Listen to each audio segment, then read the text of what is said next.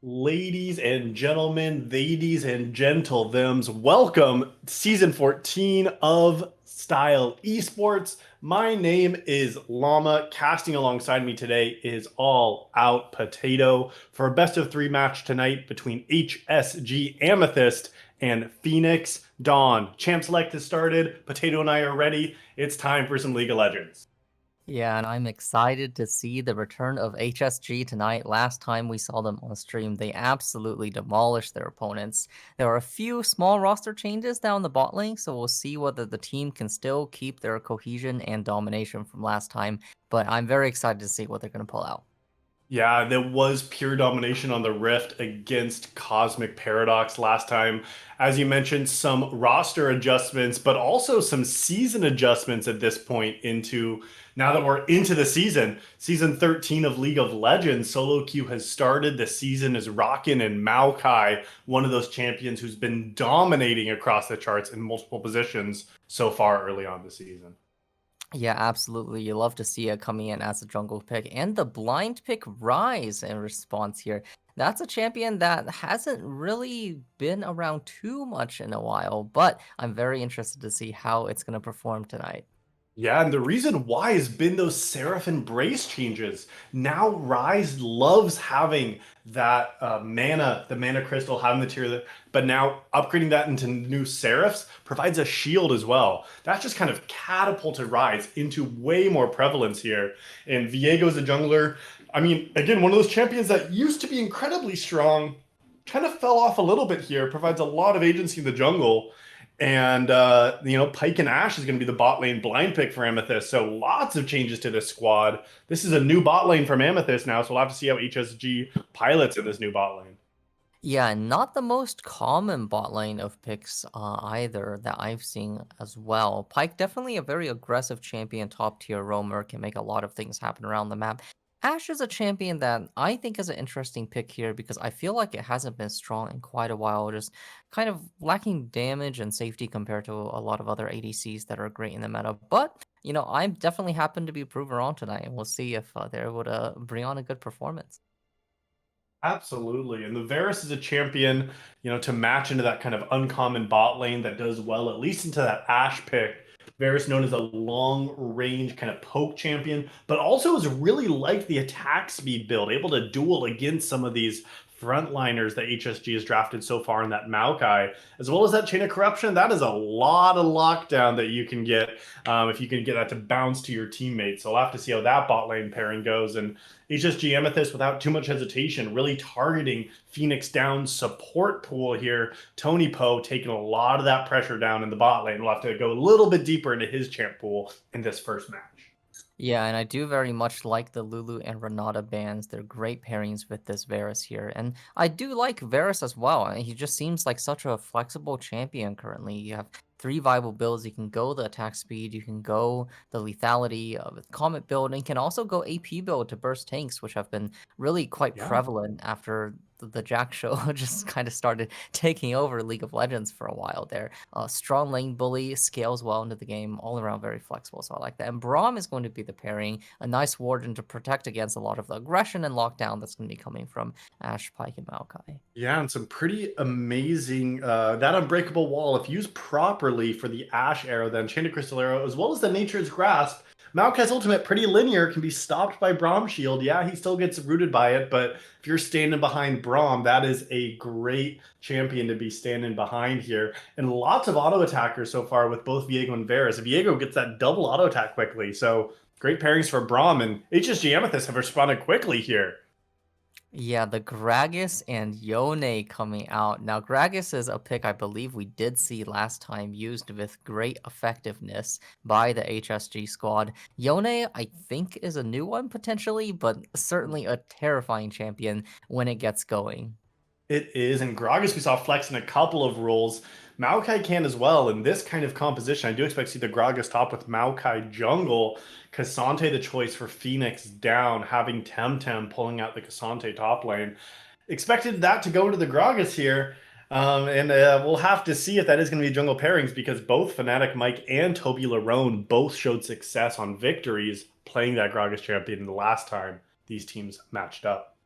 Yeah, and looking at both these drafts here, I think it should be pretty exciting. Both teams are fairly short range, so in order to get any kind of fight going, they're gonna have to be up in each other's faces, brawling it out. So it should make some great action once we get on the Rift. Yeah, there is a lot of melee champions on both sides, and this is an HSG Amethyst classic. HSG likes to brawl, likes to fight, get in each other's faces here, and Phoenix Down is down for that. Take a look, the Cassante, the Braum, the Viego, short range on Rise as well. These champions are going to be in each other's faces and duking it out here on the Rift. Yeah, absolutely. And, on the side of both of these teams, I'm seeing very strong lockdown potential on the HMG Amethyst, a lot of area denial and control of the battlefield with things like the Maokai ulti, the explosive cask, and Yone just flying in from every angle. On the other hand, Phoenix now, if they are able to stand their ground successfully, absorb the damage with Brahma Cassante, Rise, and Varus, these are champions that excel at punishing people when they are in range. While they don't have the greatest mobility, if they're in hitting distance of you, you can expect a lot of pain to come their way. So hopefully both teams will showcase a bit of the strengths of each roster. Yeah, we'll have to see what happens here. I think, as you mentioned, both of these teams have quite a few strengths. One of the champions I'm going to be looking at these team fights is going to be see how Pyke plays this. Smiley King joining this HSG roster and pulling out an aggressive Pyke pick. We'll have to see how that fares on the Rift. Can you play the team fights, get some of those death from belows, and pick up some of those cuts for the team? Because that amount of gold on resets, if Pyke can be razor sharp with that precision, can absolutely insert so much gold into this game, but they have to play the fight so patiently and not get locked down because it's a squishy champion. If you buy health, it's not going to be converted into any health at all. That's just giving you more AD. So Pyke's one of those champions you got to play so carefully in coordinated 5v5 team play. We'll have to see if Smiley King can pull it off. Yeah, absolutely. Especially with the amount of potential lockdown that Phoenix Down can address in response, it can be difficult to navigate this properly. I'm also potentially going to be looking at whether he's able to find roam angles, because Ashe usually not the most self-sufficient 1v2 laner here, especially into Varus Braum. That's really scary if you're going to be let alone. So will Pyke find times to go around the map and influence it like he would like to do, or will Phoenix Down be able to keep these bot lane duo contained? I mean, they have pretty big shoes to fill after what we saw from last week's matchup. So here's hoping they're up to the task. Yeah, we will have to see just on the short break here. We're going to a 3-minute spectator delay, but the prediction is live. So if you're hanging out with us in chat today, place your votes right now on who's going to win game number 1 between HSG Amethyst and Phoenix Down. And on the other side here of a short spectator delay, we're going to be jumping on the Rift to find out for ourselves. So stay where you're at, and we'll catch you on the Rift in just a couple of minutes. We're getting those channel points in. We got some big numbers coming in. 3,000 channel points in this game, and the players are onto the Rift. No 5-point to start off this one. All of HSG Amethyst lurking around in the top side, trying to run into one of these players from Phoenix Dawn, and so far, no dice. Yeah, both teams having potent level 1s here. Pyke Hook on one side, Braum passive on the other. But PD Heist did forget to buy items, so did have to make a quick trip back to base, making the Braum invade a no-go here. Temtem potentially getting caught out here is going to be slightly an enemy territory. We'll see, will the hook land? No, does manage to dodge it, but the rest of the members are starting to catch up here. The Braum Q is going to dissuade them. Both teams going to stay safe and not get anything on the level 1 outside of a bit of deep vision for HSG. Yeah. Sometimes getting a little bit of vision there through the top side does help these junglers pathing around the map.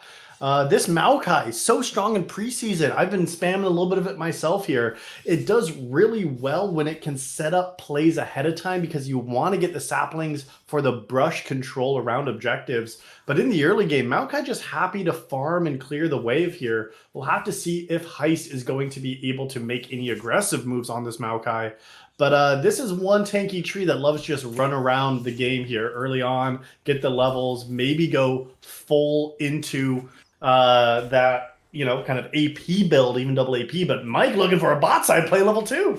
Yeah, already coming through. The hook is going to land on Tony Poe, and the Maokai route there is going to guarantee first blood for Blackout. Quick and easy, just a small detour down to bot lane. One camp into a gank. That's not something you see very often. Some creative pathing there. No, and I don't think it's something that PD Heist sees either on this game, because Phoenix Dawn, their jungler Heist here, went bot to actually try to respond to that play there. But instead of just pathing to the top side and trying to get maybe some early aggression onto Mike's jungle, is tries to match in the play, and now they're behind on the sequence. So you're catching out everyone in that game, and it results in that first blood to Blackout 28 here on that Ashe.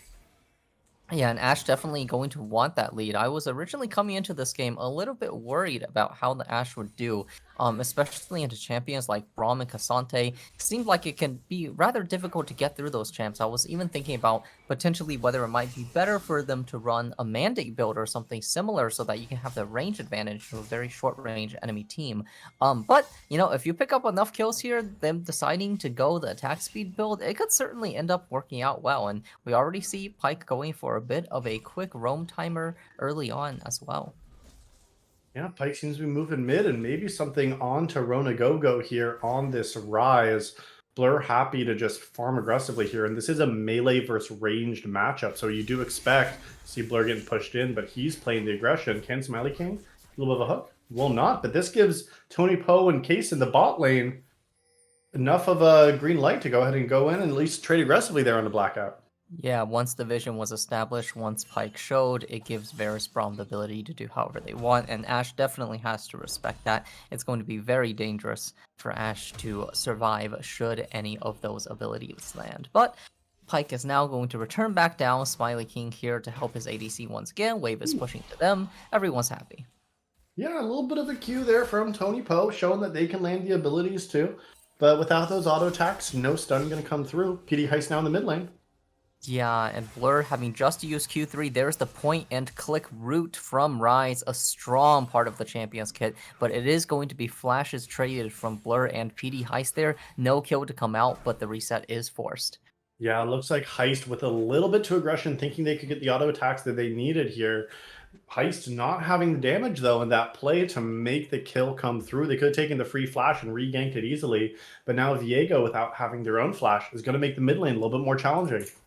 Yeah, that Flash W, a very, very potent tool for Viego to make the ganks work. So that is going to be a match timer down. Now Tony Poe is going to try and find some aggression too, but Blur is just going to queue out easily, no harm done. Yeah, now with some first resets coming through, a little bit of aggression from the jungle. Mike opting on that first back to go for a blasting wand. It's the back blasting. So great on them to pick up some of this early damage. And, you know, Mike, these saplings are going to start to hurt once they get some more levels in it. And these ganks are too. Let's see if they can make something happen with that early index into some damage here in the jungle. Yeah, absolutely. The Demonic Embrace, which I believe is a pretty common start on the Maokai, certainly going to make those saplings hurt, as well as making those ganks a little more potent. And here's another Pyke hook, just doing a bit more trading in the bot lane. We do see Fnatic Mike as well hovering around this mid-bot area, seeing if there's going to be a chance to find a gank, but doesn't look like it so far. And overall, a very, very even game in this early game. We do see PD Heist with a slight farm lead on camps, based on a little bit less time spent trying to make it to lanes to gank, but otherwise it's all even. But here we go. We see Fnatic Mike going to start an early dragon here outside potentially of the vision of the Scuttle Crab, and there's no response so far from the side of Phoenix now, so it could just be a free early objective pickup. Yeah, not only that, but also outside of the rotation path of Heist here. Really great play to be able to get this timer for Mike in the bot lane. Picking up this early dragon just gives that soul stack just that much earlier, only 90 seconds after it spawned.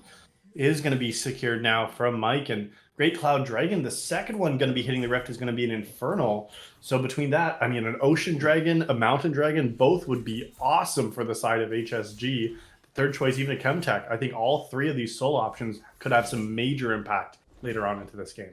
Yeah, absolutely. And it was a bit of risky play. I mean, we saw that Fnatic and Mike drop down to probably around like 15%, 20% at most HP there. So had any members of Phoenix now showed up, it would have spelled very bad news for the tree. But is able to get away with the sneak successfully, is going to reset, pick up a few more components here, and be on their way to another clear.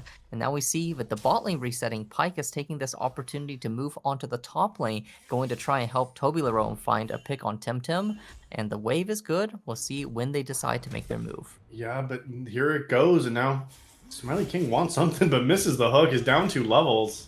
Yeah, the hook is going to miss. Cassante doing an excellent buffer there, but the unstoppable as well as the damage trading back onto Smiley King probably is going to have to reset before making it back to the lane. We see PD Heist also making their way across, potentially trying to cover the play here.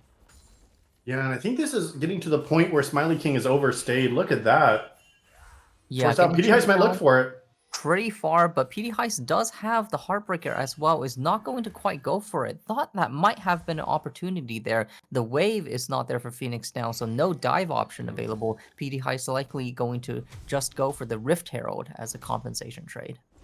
Yeah, and ultimately that play, this is like a mid-gold elo, and I think that's showing just a little bit in that kind of play. Smiley King gets the tier 2s and wants to play, but take a look at Toby Larone. Right before that back, all they had was just a Sapphire Crystal. There was no damage. There was no health. They were sitting on so much gold. That teleport back gave them like 1,700.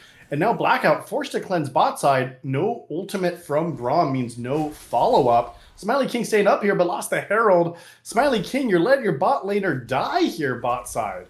Yeah, and there is the Flash W from PD Heist, but it's not going to live. There's the Heartbreaker finally trying to find the finish, but the CC comes through. It is going to be Smiley King living until Rona Gogo comes in with the Realm Warp, but he's going to be taken down 1v3 by the members of HSG. A big brawl around the Herald. Ash surviving. You take that if you're HSG, but It's the Herald 2 for does 1. go over. Yeah, 2 for 1, but they did lose the Herald ultimately on the back end of that play. And so great recovery and picking up the extra kill. Yeah, Smiley King ultimately, after staying top for a couple minutes, does get a couple of assists for their efforts here. But I think that topside timer was really poorly timed. You could have let Toby Larone just back and then play it. They want to go bot side now. Yeah, there's the counter arrow is going to force out the other cleanse here, the hook onto Tony Po, but unlikely to find enough damage to finish on either side. So both ADCs forcing their ultimates out on the other side to get the cleanses. We'll see whether on the next round of ultimates, if they're going to be able to take advantage of the cleanse cooldown and force a takedown. Yeah, absolutely right. We'll have to see if those cleanse impacts have any kind of impact on this next Dragon Timer too. That's where I expect these teams to want to be fighting for.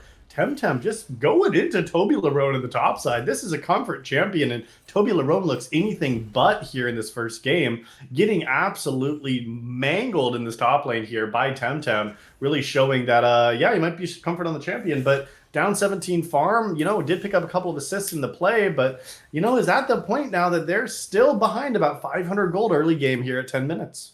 Yeah, Cassante absolutely just giving Gragas a big smackdown. But here's Pyke going to hook onto Tony Po, and we have the Yone roaming down too, but an excellent counterplay from Kaisi is going to find it. Yone with the R buffer is also going to look for the finish onto Varus. So some great plays on both sides. We see Smiley King going for another hook, but Braum is going to be sturdy enough to make that live. Meanwhile, it's totally Larone sitting in the bush with the clean combo, going to turn him back around on Temtem, who's had his number all laning phase, and that is a big kill for him, getting him right back into the game. I think Toby Larone might have heard me talking a little bit of smack there in the top lane and absolutely smacked down Temtem. Here comes Nature's Grasp into the mid lane. Mike wants it.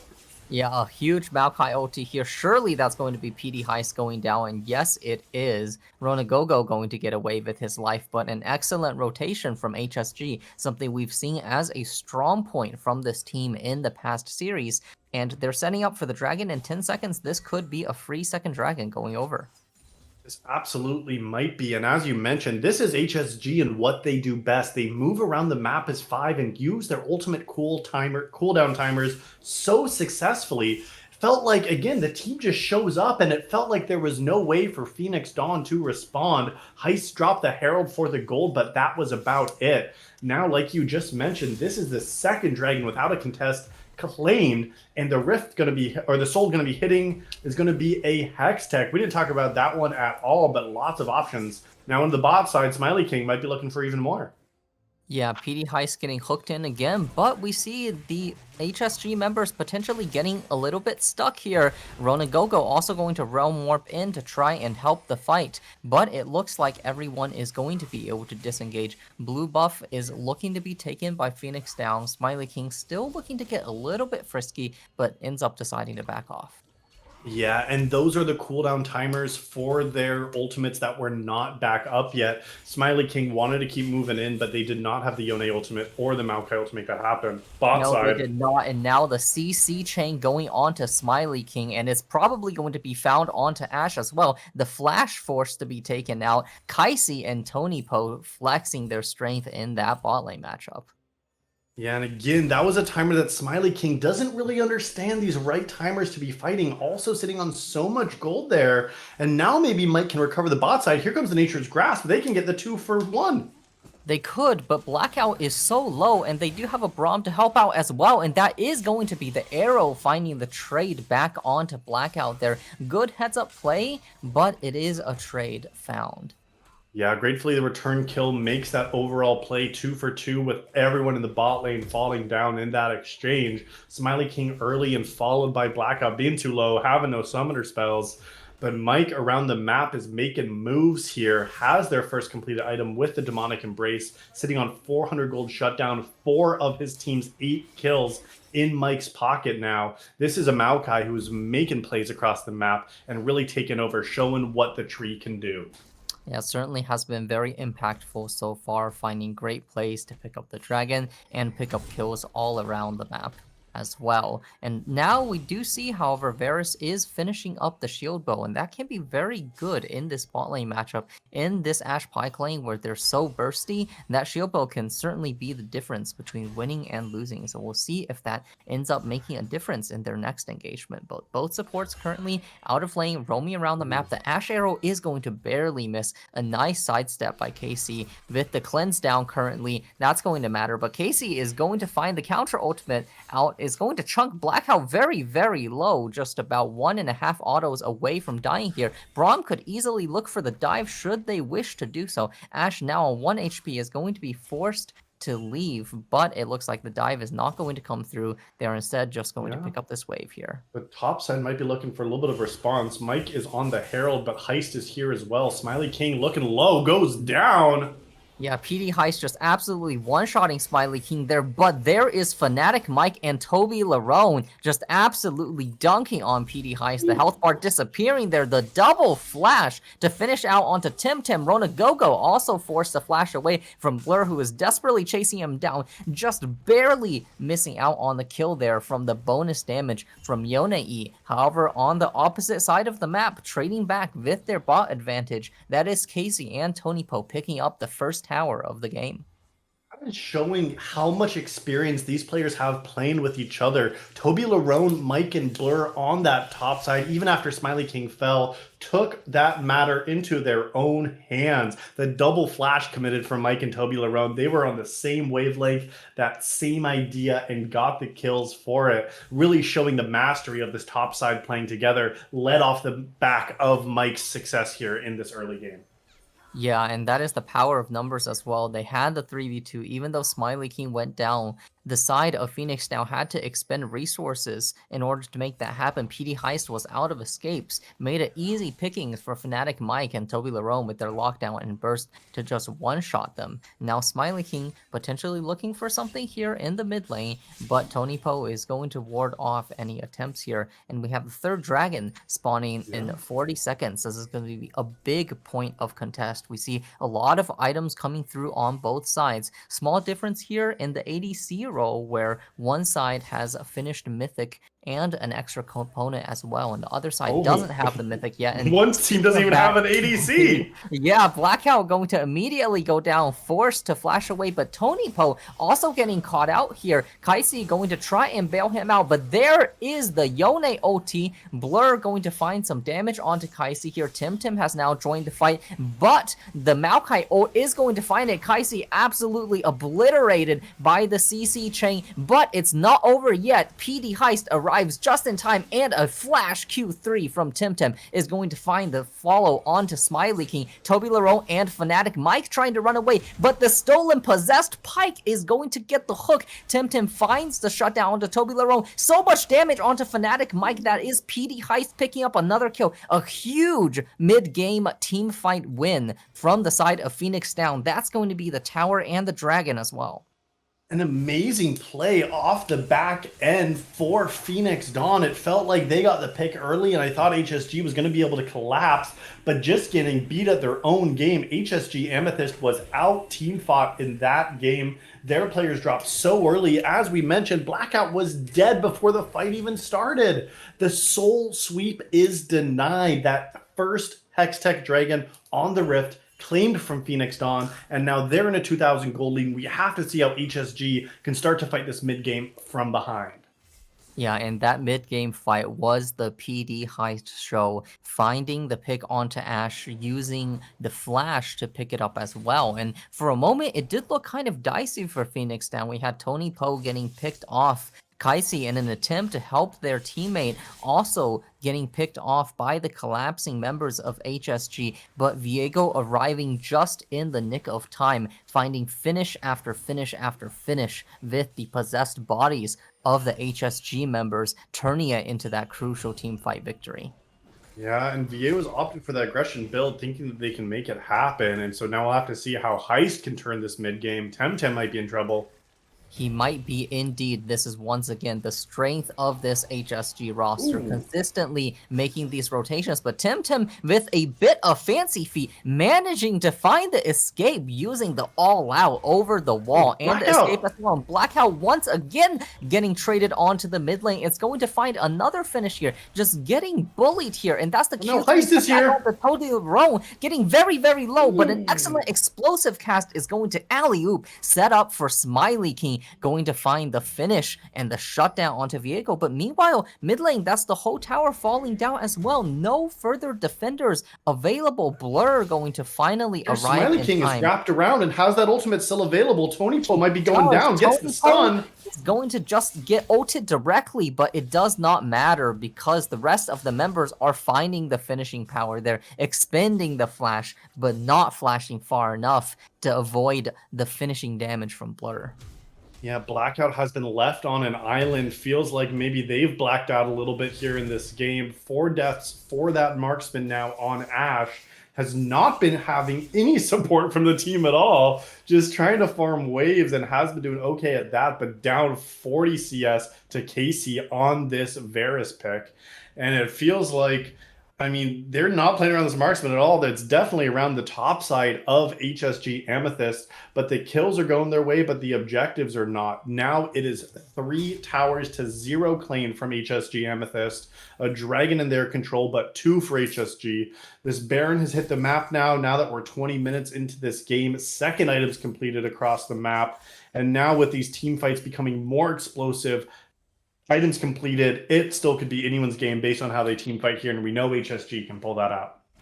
Yeah, Ashe certainly suffering a little bit over the course of this first half of the game. And this was something I was a little bit worried about after champion select. Pyke, we know, is a champion that loves to roam, and Ashe is not the sufficient 1v2 laner, especially into this kind of Varus Braum lockdown. So having to successfully give up waves and getting dove over and over, soloed out by the members, is now a significant deficit compared to their partners. 2k down against the Varus, but the rest of HSG certainly can still make up for it with their teamfight execution, and that Enchanted Crystal Arrow still a very, very potent tool. We now see Rona Gogo trying to find that bottom inner tower, getting the push there, getting those waves in, as both teams just going to continue collecting some resources before readying for the next objective. Dragon is coming up in just over a minute, and and that's where I expect we'll see the next fight.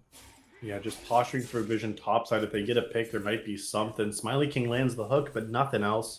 Ultimate's back on the table for all 10 players. 1 minute is where we want to see that next fight happening. Mike took all those saplings around Baron to try to hold that space, and now the saplings are getting moved bot side. Toby Larone, I'm not liking this play from you there, buddy. You're using your ult or your teleport to get topside less than a minute before the objective. Temtem's got their teleport, meaning unless Toby Larone starts running after catching one wave, it will be an outnumbered fight. And as HSG, you need your numbers to make these fights happen here. So we'll have to see already Temtem just walking down bot side. HSG has to give this dragon because they don't have the players in position. With Toby Larone not having teleport, it's going to be a 4v5. It is, unless he's going to simply walk down in time, and that seems to be what he attempts to do. But Ronagogo engaging a little bit on Smiley King, and that is also already the Nature's Grasp expended, a massive team fight tool for the side of HSG. So yeah, but they still want to fight it. Turn the tide, and they do. The arrow of Chain of Corruption there is going to miss from Kaisi, not going to find Toby Larone, and a hook There's by Heist. Smiley King, and Heist going down already. Temtem trying to ult Blackout. Here's the Bravo, but the flash body slam from Toby Larone, tearing apart the team fight here. It's starting to look bad, but Kaisi is still free firing. Can they save this fight? Temtem getting very low, is going down. Kaisi now stuck, is going to find the finish onto Fnatic. Mike desperately trying to finish, gets Smiley King as well, but Blackout is going to survive there, and it's HSG taking the fight off of some highlight individual moments there. Toby Larone might be a fat man, but those little legs got him to the fight in time, hitting the flash body slam, smacking down the players of Phoenix Dawn, and a great cleanup from Blackout. When your team is nearby, this Ashe can shine, and showing just that. After getting the pick on PD Heist, Heist fell, the fight was theirs. The Dragon now, soul point claimed for HSG Amethyst.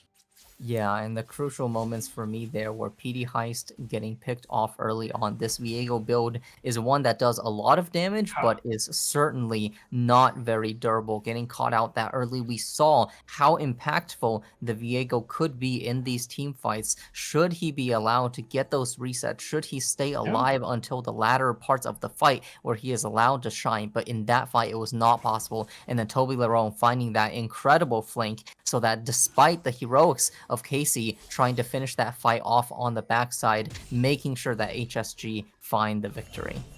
You're right about Heist getting the reset. So with this build, though, Heist has been successful when they've picked up the bodies of other people. You get their items and their gold. It looks like Blackout might be caught here. Force flash to trade, but here comes the teleport behind. Yeah, and there's multiple flashes expended as Blackout once again getting picked off by the side of Phoenix Down. We'll see, do they want to transition this into anything else? Blur already preemptively starting to move back towards the mid lane in case there's a Baron threatened. Smiley King getting a little frisky, but is able to survive with the slipperiness of Pyke, and it looks like the members of Phoenix Down want to try this Baron here, but HSG are going to HSG will fight it. You know they want to still contest. They are, and it is going to be a 5v4 here, still momentarily 13 seconds until Ashe is back up. No TP available to join. Watch but the arrow when she spawns. She'll probably throw it up here. A little bit low. Yeah, she might try to make the fight happen in that way. But here's Smiley King almost getting caught out, one hit away from the Braum passive proccing there, which almost certainly would have spelled his death. Oh my gosh, she's not even throwing the arrow from base. Now the fight's 4v5. It is, but there's the Hex Gate to start it out, and there's the arrow going on to PD Heist once again. The explosive Kaz dunking him out there. Blur ulting in, finding the fight onto Casey as well, and it is Blur getting traded back by Ronagogo. Now Temtem trying to use his heroics, but is going to barely miss out on finding the finish from Toby Larone. That is going to be a 4 for 2, and it is going to be HSG attempting to take this Baron here. It looks like Ronagogo is just going to take the base and allow it to happen. But no, they are going to teleport back, and we see Fnatic Mike very low on mana. Blackout here, also a champion that can go one shot. Yes, and they must be fast because there's the teleport from Toby Larone. He is going to arrive in time to help his team. Ronagogo with a excellent Zonia stopping for a moment, but surely he's not going to survive this. That is the Cerberus getting popped, but these two members just too much for him. Fnatic Mike going to get the grasp punch in his face,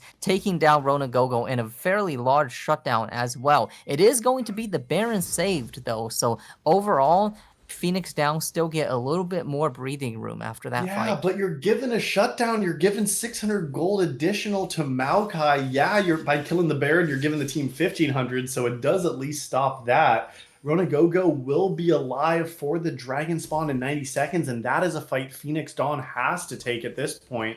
So now it's just going to be about controlling the lanes in the mid and the bot side, getting your vision moved for Mike, getting the saplings to control that space.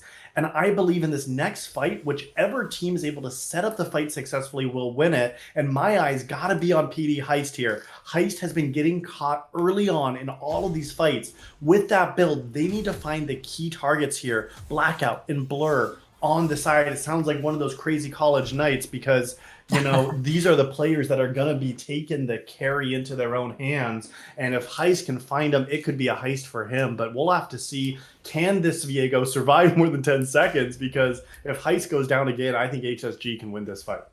Yeah, and it's been such a difference maker in these fights where he repeatedly gets picked off, not able to use the strengths of the champion to turn the fight. Now looking on to Smiley King, but Smiley King is going to get out pretty easily. We see the teleport coming out early from Blur, so not going to look for the flank TP with the TP ward into PD's jungle. Smiley King trying to find another hook is not going to find it. This is HSG taking up space in the river initially. It's where they want to be. Yeah, Fnatic Mike able to deny the approach very effectively with the Nature's Wrath should he decide to do so. The Enchanted Crystal Arrow going out early, but is only going to find the Braum. This is such a bad angle from Phoenix Dawn, though. This is not the angle you want to be on. Yes, and Tim getting pulled in immediately, but is going to immediately take Fnatic Mike over, almost going down right away. Blur is going to find the pick onto PD Heist once more, and there are the rest of the members of HSG piling in. But look at Casey, he's going to try and make it happen. Flash away from Blur, is still firing. Toby Leroux on 1 HP. Now it's all down to Ronagogo. Is he going to be able to find 3 targets? How does he select it? Blackout going down. Toby Leroux on 1 HP. Tim going to try and chase. Smiley King forced to back away as well. A very, very tense fight, but it looks like both sides are going to live, and it looks like it's Ronagogo going to attempt to start up the dragon. Toby Leroux is going to decide not to take the base here, is going to stay around, regen up a little bit from his passive, going to look for the one shot, but the teleport coming in already from Tim, who surely is going to be able to zone this Gragas away. The rest of the members will likely not arrive in time. I want to see Tim make sure it denies. Oh my goodness. Okay, I would have liked to see a little bit more zoning there, but hey, it worked out. Ronagogo by the skin of his teeth going to pick up that crucial dragon deny soul point, but man, was that unnecessarily risky, I imagine. That entire fight felt unnecessarily risky early on. It felt like Phoenix Dawn did not have a great position, but Ronagogo went crazy in that fight. An absolute amazing job throwing out those overloads, getting the fluxes down, doing such an amazing job just throwing all the spells into the team. And as the dust settled, Ronagogo paired with Temtem teleporting back to that fight, were able to secure that dragon. It's close now, and all the movement now to the top side, but Ronagogo's got the teleport available. 30 minutes now into this game, 5 dragons been claimed here, both teams just looking to team fight, and now Ronagogo showing the power of this Rise as an early on priority pick in this draft. Yeah, absolutely. In this kind of environment, Rise can thrive, where all the enemy champions are right within firing range. He's now becoming both a team fight menace and a side lane menace here, but Blur is sent to match him. Another highlight of HSG's team here, and really right now, Ronagogo's 100% of the time bot side if he wants it. Oh yes, it is. Yeah, and I'm looking here on these team fights. It is Casey and Ronagogo keeping Phoenix Down alive. Blur already wants to go in, and that is so much damage from the Yone, but significant chunks traded back as well by the Rise. And here is PD Heist trying to find the pick, but once again getting locked down, almost exploded. That is the trade kill from Smiley King going to find it there, and that is Toby Leroux. The explosive cast not quite going to find the pick that he wants, but PD Heist just engaging directly into 3 members with an all damage build. That's Not that's quite not how what you we play want to see. Viego. Baron on the map as well. This could be very, very punishing. Yeah, that's that jungler dead. Temtem is here, and I think Gogo might be able to stop it if the teleport comes through. 4 members now already onto it. Temtem might be looking for something, but Rona Gogo not committing the teleport. They gotta try to stop this Baron somehow. Yeah, their HSG one doesn't want to saving commit. grace is this teleport advantage. Temtem finding the unstoppable here. Here is the teleport that is going to likely Ooh. trade the tower for free given to Blur, but it does dissuade the Baron, so that TP getting its value, saving the Baron from being taken after the mistake from Heist. Yeah, and Blackout 28, even after not the great early game is starting to come online, has opted for a very similar build. Looks like Blackout is saying, Casey, whatever you buy, I'm going to buy too here. Matched item for item across the board with that attack speed build. So they're not going to be getting that same level of cooldown potential from the Enchanted Crystal Arrow. But we saw what they can do to Heist with that full damage build that Viego has chosen to go this game. I mean, if Blackout's not getting hit, they're shredding through the team here. So if some of those melee boys might be dropping pretty quick here. And so we'll have to see if Blackout 28 now, if they can stay with the team, will be able to find the damage in the fights. Yeah, this is the full single target damage Ash build coming out here. Not the teamfight utility you might get with Hurricane, not the map-wide utility you might get with the CDR build, but just saying if I'm going to see a target, I am going to hit you until you die. And Ash is a champion that needs space in order to thrive in these teamfights, and with the amount of Ooh, lockdown, teleport to the Baron. with the plays that Toby Larone and Fnatic Mike have been giving him, is maybe going to make it happen. But yes, teleport coming in. They're going to try and They don't have save the time. Baron here. It is about 10k HP. Phoenix now are checking very carefully. It is now down Wait, to Mike's not even in the pit. 5k, 3k, 2k. Are they going to make it? No, they are not. It's going to be picked up by the Blur, but there is the fight. Blur ulting onto Casey. Is they going to find the pick? No, they are going to find the damage onto Blur. Smiley also going down. And here is the rest of HSG, but Blackout there on the back is free firing a flash from Tony Poe, and Tim is going to be able to run them down. And this is looking like a clean wipe from the side of Phoenix down. An excellent fight by them. Baron taken down, but unable to be used. And man, this is a close game. It absolutely is. The Baron claimed as the dust settles from HSG Amethyst, but all 5 members lose it. And all of a sudden, that was a fight that they wanted. Blur teleported in. They stuck the Baron. They got the objective, but then immediately got wiped in the fight. Blackout, even with those items, could not do enough. This third dragon now, this looks like this should be an easy claim from Phoenix Dawn. Their third Hex Tech dragon in a row. That is 27% attack speed. And if you're Varus, you're loving seeing that.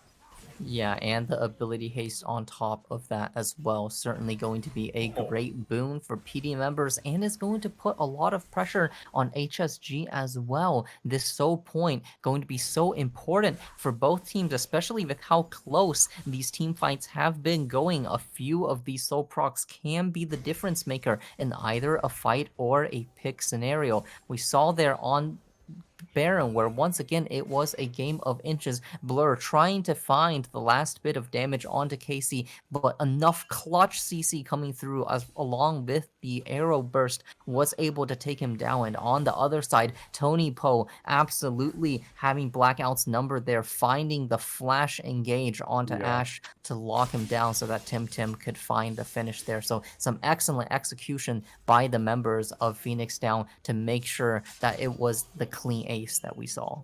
Yeah, and that execution as well. Heist is that member who started to pick it up after 8 deaths. Finally, we're seeing a little bit of defensive ability getting picked up now with a chain vest and a stopwatch completed in their inventory. Hopefully, Heist does not just get one shot, because you said it, it's a game of inches, and it could also be based on where these skill shots land. Enchanted Crystal Arrow, this pike hook as well. If these go wide, this could be challenging. Casey needs to be on par with those piercing arrows too. So I mean, all of these abilities need to be landing to get the damage down, and it's these key members in these fights. So much damage can be laying into them. I mean, anyone can be the carry, anyone can throw the game now, and as it being nearly 36 minutes now in this first game, one fight spells disaster. 4 towers taken, 4 PD, and on the other side, HSG with only 3 themselves. But that game could end nearly immediately with a complete ace now, with how long these death timers are getting.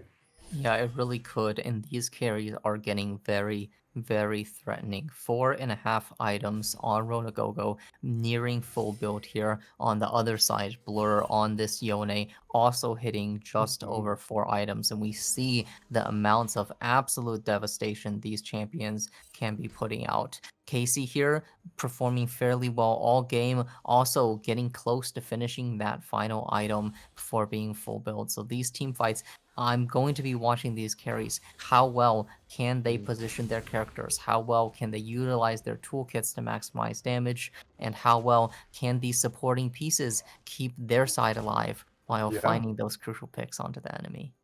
Yeah, you're absolutely. And how long can these fights go too? I think will be interesting here. You mentioned Blur's build. That's double lifesteal. It So is. these fights can go really extended, but then like you also have this lifesteal on someone like Viego who can get so much health from taking down members.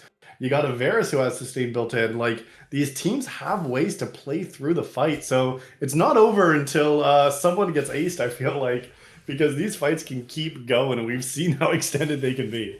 Oh, absolutely. And even in that side lane trade earlier, even though Ronagogo and Blur both finding themselves on crucial HP, Yone just walks up to the next mini wave and all of a sudden he's going to be full again. So it's certainly going to be a big boon in these fights. And yes, I'm looking at PD Heist also. A crucial well-timed stopwatch here can certainly be the difference maker at this kind of game length, with these kinds of builds. If he's able to find those crucial possessions, it can be game winning. And now here's Blur looking to aggress once more onto Ronagogo, and there is the flash forced out from Ronagogo as Wow, well as that's a expending the massive Seraphs. cooldown. It is Yone. This is one of those champions that scales to the moon. We see already how much damage and Oh, threat they are Heist putting might be onto this caught. full damage rise. But yes, Heist Nope. trying to get away from this Nature's Grasp, but it is simply going to be dropped as the members of HSG just walk away from that one. A big teamfight tool expended. That is 1 minute before the dragon, although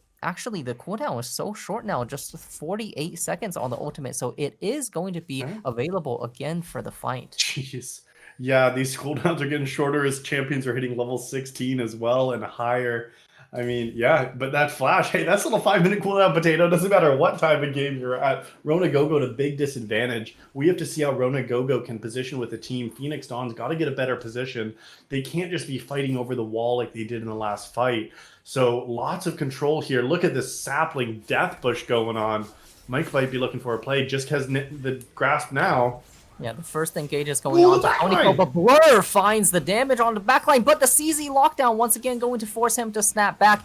Excellent Zonius from Rona Gogo going to make sure he survives. Fnatic might force the flash out as well. Temtem trying to find it onto Blackout. PD Heist is going to instantly get popped. Temtem does find the final damage onto Blackout. He's going to find Mike as well. No, one final hit away from doing so. Rona Gogo going back to base, but does have the teleport available. It is going to be a 3v4 should they attempt to do so. That is the teleport Rona going Gogo's to be here. coming back as well. Fnatic Mike desperately low. Rona Gogo getting caught out by Blur again. That is probably him going down. The Pike stun comes through. Flash from Tony Poe, but is unable to save him. Casey completely zoned out of the fight. That's going to be Tony Poe going down as well. 50-second death timers on 2 members, 20 and 30 seconds on the other ones. Is this going to be the game ender? I mean, that is so figured Looking out like the Baron for at least. HSG. Yeah, it looks like they're going to head directly to Baron instead, and that should be a very free objective. If we don't get Guma UC'd by Casey here, that's going to be a very, very intimidating push. Yeah, Casey was channeling his inner Guma there at the Dragon, but does not get the soul. No blue ward available to try to steal this here. It'd have to be blind, but they're just picking up the wave.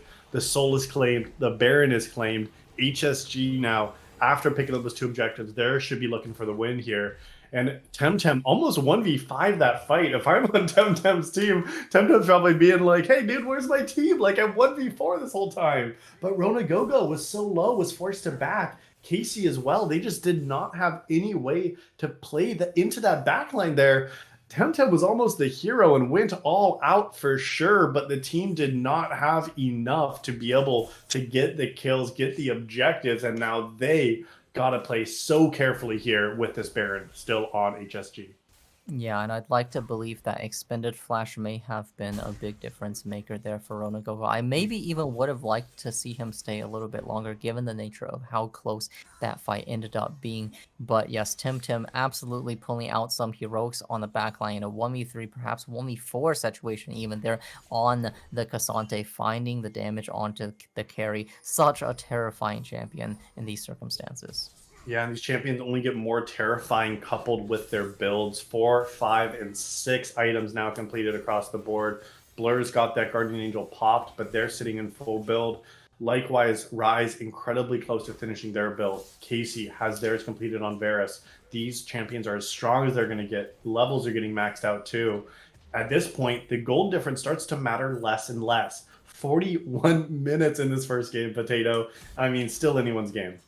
Yeah, absolutely. It might be a 7,000 gold lead on paper, but right now it is going to be the map control, the execution, the way these people are using their abilities that are going to decide the game. All the requisite items are there. Both teams have the tools they need to win these team fights, but it is going to be down to who does it better. Blur once again going on to Ronagogo is going to have the ult Zonia'd away, so not going to find the finish there, but the rest of HSG is going to find that mid lane tower as well. Now on to the mid lane inhibitor, is getting low, is going to take down, get popped while they rotate top lane. It seems to be the way they're looking. Tim they're trying to hold. The rest of the team feeling their way along, trying to move along as well. PD Heist not quite going to get caught out by the Blur.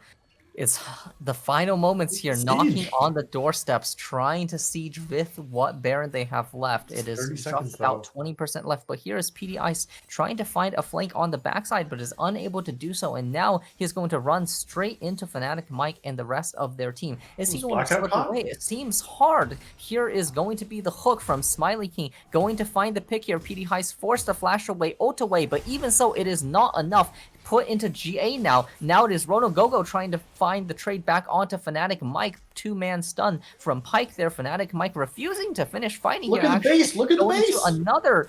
But yes, there is Yone and Toby Lerone also going hard onto the base. Casey now getting aggressed on by Blur. The stun comes out last minute, so that is going to mean that Casey is going to survive. But the Nexus tower goes down. 2 inhibitors go down.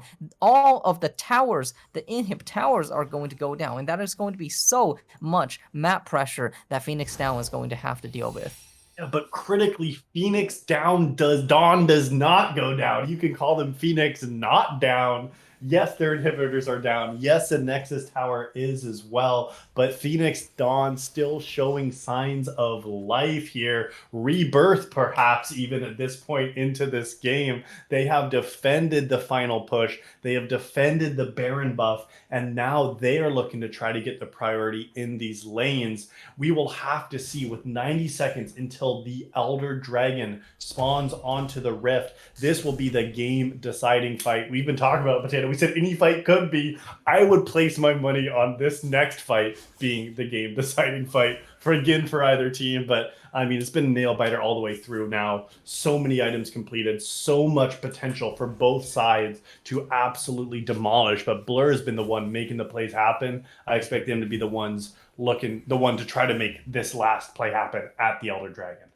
Yeah, but Phoenix have so much holding to do here with both inhibs now, and it's going to be waves crashing in relentlessly towards their base. If they are going to manage both the waves and the Elder Dragon here, would be an impressive feat. That is going to be the Realm Warp used by Ronagogo to escape. It's not up for the Soul now, or for the Elder. No, it won't be. But we haven't seen it used much in terms of aggressively finding flanks and fights either. So it could be that it can still go either way. But yes, I'm thinking this is probably the final fight. What is this angle? PD does not want to approach from the jungle. Mike has so much control with those saplings. This is not the approach. You need to get priority through the mid wave. They can't just approach through this jungle. Yeah, both of these bushes saplinged up already, and with a full build Maokai, these are going to be saplings that sting. It looks like they are going to try and push through the mid wave here. Tim going to be the first one to check, going to bait out these. He just pulled off the saplings. PD Heist going to get hooked, but not quite over the wall. And here is Tim starting to walk forward. But they gave Toby Lerone the flank here.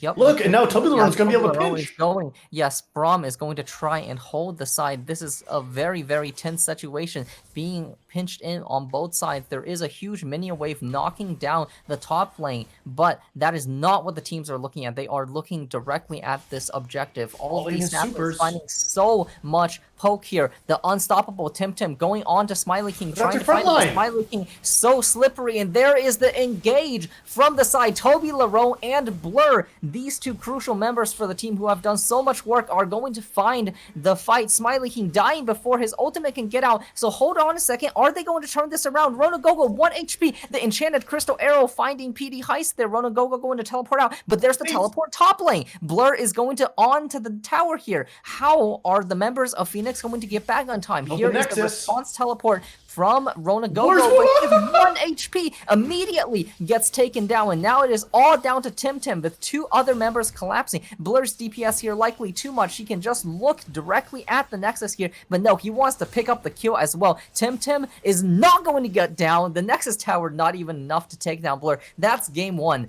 going over to the side of HSG Amethyst.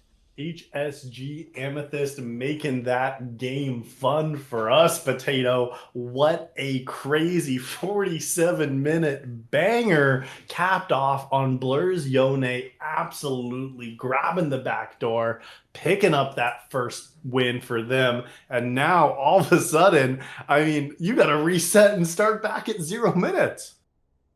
Yeah, a very long and grueling game, I'm sure, for both teams. Both teams showing a lot of excellent individual moments there. But ultimately, it was HSG who were able to edge out in a few of those crucial end-game fights and find the victory there. But this is looking like it's going to be a very, very competitive series. I'm hoping in Game 2, both teams can come back strong and swinging once again. It is going to be hopefully an amazing series. Phoenix Dawn putting up a heck of a fight, showing so many opportunities for them to be able to win. As we get set and settled for game number 2, we're just going to take a very short break. And in just a moment, we will be getting back onto the Rift for game number 2 between HSG Amethyst and Phoenix Dawn. All right, we have caught our breath, and we hope that you have too, because game 2 draft is underway. Already some shakeups in the bans coming in. They are not giving HSG Amethyst that first pick, Maokai. Instead, they're going to be leaving the Darius on the table, likely for Toblerone. But instead, HSG Amethyst opting for the Varus pick. That was something that Phoenix Down had kept, but neither team wanting to switch sides here. So looks like Phoenix Down is still happy to have that red 5th pick here. Yeah, seems like it. And I do like these draft adjustments. I think Maokai here was absolutely an essential tool on the side of HSG Amethyst, just absolutely creating excellent opportunities across the map in the early game and in the team fights later on. Varus, I love this much more as a blind pick compared to the Ashe from the previous game. The Ashe Pike.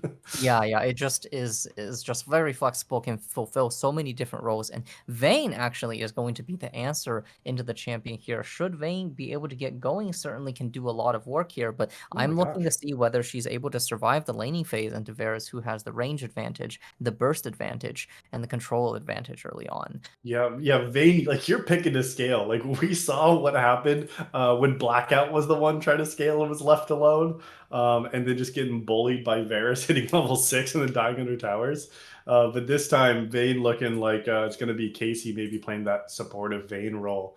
Diana looking to kind of be that primary engage, could be mid, could be jungle. HSG Amethyst, they saw that Darius is unlocked, and they're scooping it up for themselves in this first half.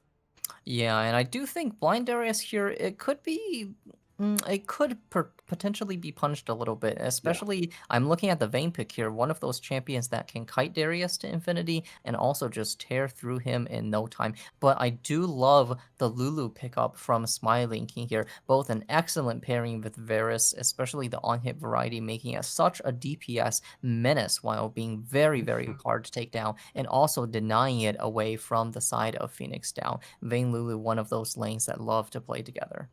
Yeah, and that Lulu, the Varus Lulu, yeah, like you're naming there too. It's also a different style, right? Like, this is very different from the Pike we saw in game 1. Not going to be roaming topside level 4. And honestly, I mean, not to hate on Smiley King, but I don't think those roams were the most successfully timed.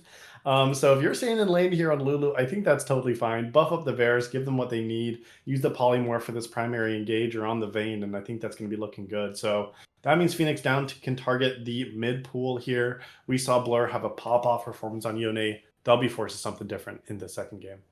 Yeah, absolutely. I do love the Yone getting taken away here. Blur really having a highlight game in the last round, finding time and time again these crucial ultis onto the carries of Phoenix Down, making sure that Casey, who was a champion doing so much damage in these team fights, would have to fight for his life repeatedly at the very beginning of the fight. But now it is not available. We'll have to see what comes out next. And Oh my ooh, is gosh, this look at going the to be a mobility Phoenix call? Down has drafted. Yes, certainly, certainly. And, if they're able to dodge the chain of corruption here, this is a team that can really kite around the enemies, the side of Amethyst. Akali, one of those champions that can put on so much threat onto an immobile Varus and Lulu. And same story with Diana Rakan offering these long-range engage AoE options. But here we see potentially a Sylas coming out, one of those classic mid lane skill matchups should they both decide to go mid here. The Sylas Akali, one of those things where if one side gets an advantage, it can get really, really ugly for the opponent very fast. It sure can. And now with the Silas locked in, again, it's a snowballing matchup. It's a skill-based matchup. Blur, I think, showed more of that skill in this first game here. But with that Silas picked up, that gives all of Phoenix Down's ultimates available. And what I'm seeing so far is not too many that I'm super stoked about. You get the quickness from Rakan. I think the perfect execution that Akali provides can be awesome. And otherwise, Diana's can be good if you can get the team clumped up as well as with Vayne. Going invisible on your Q is kind of neat, but probably not going to be the primary ultimate Silas is looking for. Solid matchup, and paired with Nocturne. I mean, HSG Amethyst, back to an all melee topside. They seem to really favor this here. And with this kind of pairing, the Nocturne jungle, I mean, Mike, that's a guy that likes to be playing aggressive. They like to be the showmaker, the styler here, as well as the carry for HSG. So not surprised to see that kind of playmaking jungle. And I mean, the comps rounded out. Phoenix on picking Fiora. Yeah, it is. And what it's looking like to me here is Amethyst's comp seem to be a little bit brawly. I mean, you have some pretty sustainy, heavy durability people from the Darius and the Sylas. You're going to have the Shield Varus presumably coming out as well. And all of these champions are going to be boosted up by a Lulu. If Nocturne goes a slightly more bruisery build as well, it could potentially be hard for the side of Phoenix Down to play. I mean, we do have Vayne, who's very good at dishing out damage to any person that she's looking at, but she's not paired with a boosting enchanter that can really up that damage output. And Akali, Diana, these are champions that more want to get in your face, blow you up, and then get out of there. They're not too suited for the longer fights. And Fiora, more of a side lane presence sort of champion usually than a team fight threat. So we'll see if Phoenix Down is going to be able to execute these team fights well. Yeah, but still high mobility and low CC is kind of the big takeaway I'm seeing for Phoenix Down. They got the way to move around the fight, but I mean, it's going to be hard if one of these players in HSG Amethyst gets too far ahead, because the ways to shut them down is by killing them, right? You're not going to be CCing them for very long. Yeah, my primary concern is it seems that the threshold of execution is higher for the members of Phoenix Down. And this is something that I think is very important at around this kind of play level. I mean, Darius, you get this champion, its resources, you get it ahead. That champ presses Ghost and presses his buttons in your general direction, and it's going to be successful. Press R on your head, pretty easy to do. Sylas, you get this champion bruisery enough, he walks up to you, misses all his abilities, presses W and kills you anyway.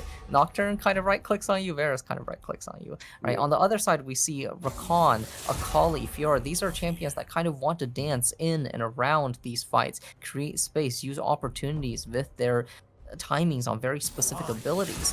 If they're able to coordinate this successfully as a team, dodge some crucial abilities from HSG, or find the assassination onto the carries, this could go really well for them. I just think that it might be a little harder for them to do compared to the other team comp.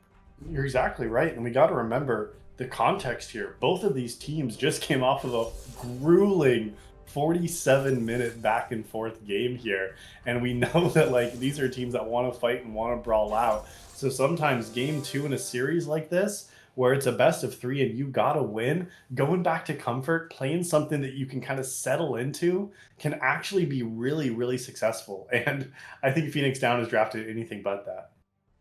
Yeah, yeah. And I'm also interested to see how these teams are going to be executing their styles of champion as well. We do see a few mix up. We already talked about how Smiley King on the Lulu is going to fulfill a very, very different role from the Pike, no longer going to be that kind of playmaker roaming around the map, being very slippery in team fights, is instead going to be looking to offer protection to their teammates. On the other side, we see Akali, also a very different stylistic champion than Rise, no longer going to be standing still, kiting around, being that kind of close range artillery mage, or a turret mage rather, but instead is going to look for these key assassinations, going to try and find those small windows where one member is isolated in a team fight to Yeah. finish them out. Yeah, we'll have to see. You've heard our thoughts now. We want to hear yours. Prediction for game number 2 is live. Who's gonna win this second game? Will HSG Amethyst make it a 2-0 like HSG Pink did before them, or will Phoenix Down force us to a game number 3? We are on just the short timer of a spectator delay, but as we get settled for game number 2, you should as well. Get your channel points in, get those votes rocking, and in just a minute, we'll be hitting the Rift for game number 2. We are on to the Rift for game number 2. My name is Llama, joined with AllOutPotato for season 14 of Style Esports. This matchup, HSG Amethyst versus Phoenix Down, coming off of an amazing 47-minute game in the last one. We'll have to see if this game can deliver. The players are set, and so are we. Yeah, absolute banger. We just saw a lot of back and forth throughout the entirety of that game. Some excellent highlights from these individual players as well. I'm hoping for a great game too. I'm looking forward to it too. And I mean, already some kind of adaptations, not only in champion picks, but also some summer spells here. Look at the bot lane in particular here. Casey and Tony, Blackout and Smiley King. We got a double exhaust ignite bot lane here. No one's opting for any kind of heal or barrier in this lane. Yeah, very interesting to me. I was expecting perhaps something like a heal or even a ghost coming out from the vein into this sort of team fight, but no, it is going to be the double exhaust here. And as we start looking around these lane matchups, what are we hoping to see here? I mean, I do expect to see that mid to be a skill-based matchup, and I want to see if Blur picking that counter pick in Hirona Gogo Zakali will be able to get the better of this lane. Must be a lane that they like here. Meanwhile, Temtem showed dominance game 1. Toby Larone not known to be a great laner here, but showing up in team fights. I want to see Temtem taking advantage of the top lane. Yeah, we see Toby Larone is certainly one of those key players for HSG, but Temtem absolutely doing their work too, and already engaged coming out to the side of Smiley King, so a bit of early action here. But yeah, I look at Silas Akali, I am immediately reminded of classics such as the Back to Lysandra from Jensen and that infamous Zeka Scout game for Worlds. This is such a volatile matchup, and should one of these champions get ahead, it can really start looking pretty rough.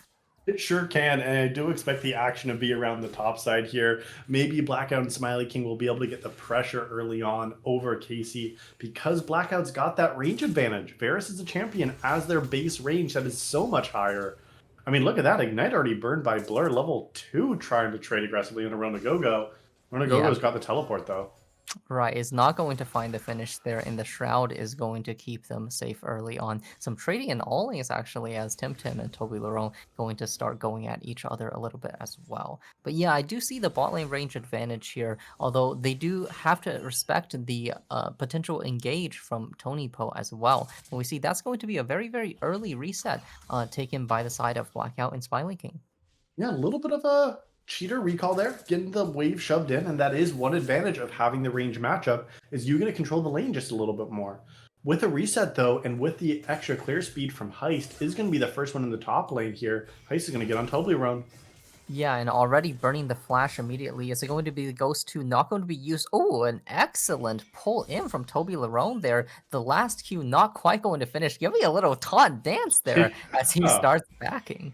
Apprehend used from Toby Larone saves their life in the top lane here. Looks like Blur and Mike able to make sure that play does not come to fruition. 0-0, Toby Larone forced to use the flash, but Temtem used theirs as well. So no flashes in the top lane. I want to see that be a point of jungle pressure now in these next 5 minutes. Yeah, and it is Fnatic Mike just being able to pick up the Scuttle Crab as well, getting this farm advantage, hurrying on towards his level 6. Yeah, both these champions now looking toward the Herald or the Rift Scuttle. What was it? Scuttle Crab, not a Rift thing, you know. And Mike is getting the better here, picking up both of them. And now Heist got the first gank, but Mike's picking up the Heist, grabbing both of these first Scuttle rotations. Yeah, and if you're Nocturne, you're definitely loving to see that as Blur once again trying to find it onto Ronagogo there, who is going to trade back a little bit as well. This mid lane matchup very, very close as the Shuriken flip barely is dodged out. Yeah, and again, at this level, this matchup can go either way. What I'm noticing a lot, though, is Blur's mana. Ronagogo is an energy champion. That Akali, if they just stay in lane, will get all of their energy back and ready to trade once again. But if Blur's not careful, they'll continue to go out of mana in the mid lane. So at this level, without having that level of mana control that higher elos can provide, it's going to be challenging. But Toby Lure on top side. Yeah, Toby Larone ghosting is going to have full stacks there, is going to find the first blood onto Tim there, well executed by the Darius. And if you're Fiora, you don't want to see this Darius getting ahead very much further, or the lane is going to quickly become unplayable. You're absolutely right there. And Fiora was that last pick. Temtem been getting these counter picks on R5 for themselves. Oh, Toby Larone backing on a ward, doesn't have flash. He does not, and PD Heist here is going to finish him off, is going to find the trade kill. Still Mike's an mid. advantage to Toby Larone, finding the crash there, but yeah, there's Fnatic Mike. Oh, Ronagogo hitting level 6 off 6. that mini wave already. Oh, but the Shuriken flip is going to miss. Blur finding the stun onto Ronagogo. Just that crucial ability missing would have been the trade kill onto Blur. A game of inches here, as always, between these two teams. What a massive flash from Blur going over top of that Shuriken flip from Akali there. An absolutely amazing play. I don't know if it was responsive or what, but absolutely great play to keep Blur's life alive. 1-1 now. Teleport back into the mid lane. And once again, just like the first game, right around the 6.5 minute mark, Mike is onto the dragon. Yeah, some excellent awareness here, and despite Phoenix Down's bot lane having the priority here, and despite even the ward in the river, it looks like Fnatic Mike once again just going to get a free pickup. And we saw the advantage that that had. And even though it took them how many dragons? Like 7 dragons to claim the soul in the last game. After picking up the first couple, it felt like all of a sudden Phoenix Down was able to just claim a few in a row. So Phoenix Mike, or Phoenix Mike, hey, switching teams now. Fnatic Mike here picks up that first dragon once again in the second game. Yeah, and considering that last game, both teams came down to soul point there, that very well Oh, could have Heist been is the up a difference level maker. here. But yeah, PD Heist already hitting level 6 early here, but forced a flash out from the fear from Nocturne. Blur and Ronagogo both fighting each other, trying to make it so that they cannot reinforce their junglers. Both sides going to back off now, but Blur wants a little bit more, is going in towards Ronagogo, but Casey is going to get engaged on 1v2, force the flash out as the Ignite is burned, while Tony Poe and PD Heist are trying to roam towards the mid lane, but are not able to find it. A little bit too far up there, but PD Heist wants this once Oh, again. Smiley King might be is caught. going to be the target. The Q is going to miss. The ulti is not available, but Tony Poe does get the knockup. Smiley King now ignited, now forced to flash away. Are they going to chase him? Are going to be able to find the finish there? Guardian proc as Blackout also flashes away, going to save his own life there. Great pickup onto Lulu. Excellent movement down from the side of Phoenix Down. Only Summoner Spell not using the bot lane there was Blackout's Exhaust. I don't know if that would have been enough to save Smiley King, but opts to hold on to it. That bot lane not level 6 yet, and Heist, even though they didn't have their ultimate, was still enough, but now Mike has his. Yeah, Mike has hit level 6 there. The Q is going to miss, but it is going to be an easy finish. He's going to look for the second one on Tony Poe as well. Auto, flash, now flash, auto, follow. Nocturne Fnatic Mike here getting another early lead. What a key player for HSG he has been. And Mike was known as a Rek'Sai player early on here this season, and now pulling out Nocturne, a very similar champion. Yeah, they had a great performance on the Maokai and showed how big of a monster that tree can be. But Mike gets the lead. They're on that AD. They know their damage. And again, I mean, a Heist is matching kill for kill, blow for blow now. And so, yeah, Mike's doing great, but got to give credit to Heist for also picking up some early kills in this early game. Yeah, just an excellent timing there. Casey and Tony Poe staying a little bit too long while knowing that the junglers were just on the threshold of 6 there does get punished for that decision. But now it's Heist looking potentially up towards the Herald. Yeah, and now being on that Herald, that is a great counter response with Mike showing bot. They're not going to be able to get up here in time. Mike also opted to clear through the wolves before taking this rotation, is completely unaware, and that Herald now claimed from Heist, a great trade back on the top side of the map. Yeah, excellent. Both junglers finding their free objectives onto the map, and we'll see which one will end up having more impact here. I'm hoping to see the Herald dropped for a little extra gold income onto the soul laners, and already here, Akali having a significant CS advantage up onto the Sylas. Yeah, there's that gold advantage you're just saying, Potato. Ronagogo's got it just in the farm department, up about 300 gold just in the solo lane from picking up minions. I mean, that's a kill right there. Yeah, and speaking of farm, we see also Casey right now on the farm advantage compared to Blackout, despite the range advantage that we discussed earlier. Yeah, I mean, Casey used both summoner spells early and Blackout still has the exhaust. Having these level 6 coming in for bot side, Casey might be in a little bit more trouble if Blackout can find enough lethal damage. But you're right, I'm kind of surprised to see Casey out farming this Varus in the bot lane. Yeah, Casey's certainly a standout player from that last game too, and I do think Vayne hitting level 6 here also is going to be at the point where she's going to have threat, but hold on, both top laners trading? Okay, is not going to have too much consequence at the end there. But yeah, if Blackout was not careful, there are many bush plays available to Vayne where many a time I've walked up, she ults and just runs me straight down the lane. Yeah, and that can be the worst feeling as an ADC. Blur trading aggressively, but I don't think it has the damage. Gogo wants it. Yeah, Rona Gogo, were they not directly at tower, there surely would have ulted for the finish, but fortunately Blur does have that layer of protection as both mid laners take a base. Toby Larone doing a great job keeping the pressure up on Temtem in the top lane. Toby Larone went a little bit down in farm and gold in that first game here, but now they're setting up a cheese on bot side. Yeah, Tony Poe just face checking here is going to immediately get ulted by Blackout. Easy peasy kill there. Dragon in 25, it might just go over to HSG here. Yeah, Tony Poe switched to Tony KO, just getting absolutely ran through in that second fight there. And now, as you said, the ults were used, a dragon is spawning, and just like clockwork, HSG is back on it right on spawn. Yeah, and Toby Larone also putting the pressure on as PD High is trying to trade onto Smiley, but yeah, trading Ghost for the flash up there on the top lane, making sure that the Fiora stays away. But wait, PD Heist here with the big engage. Here's Casey on the flank too. Blackout is going to die. Smiley King taken down too, and this is going to be Fnatic Mike going down. An amazing engage from Phoenix down, finding all those members. PD Heist and Tony Poe coming out huge for their team, getting that team fight win. Blink and you'll miss it. Oh my goodness. Phoenix down, took matters in their own hands. Tony Poe got back in time and absolutely wiped that fight. What a great split-second decision from all of Phoenix down to collapse perfectly. Casey was untouched and just able to free fire. They got the kills and they got that dragon here. Blur's not amused about that one and using the ignite again to trade aggressively mid lane. Yeah, and the 3 members down here, that's going to be the Herald dropped in the bot lane tower, taking very, very low here. Certainly an excellent advantage off the back of that fight. Yeah, really well done across the board. Rona Gogo sitting on a shutdown, as is Heist. Has one item completed for both of these junglers. Nashor's Tooth, and now on this reset, a Blasting Wand and Amplifying Tomb. Heist can start dishing out some damage in the jungle. Yeah, hey, Potato, it's another full damage build, but I like it just a little bit more on Diana, I think.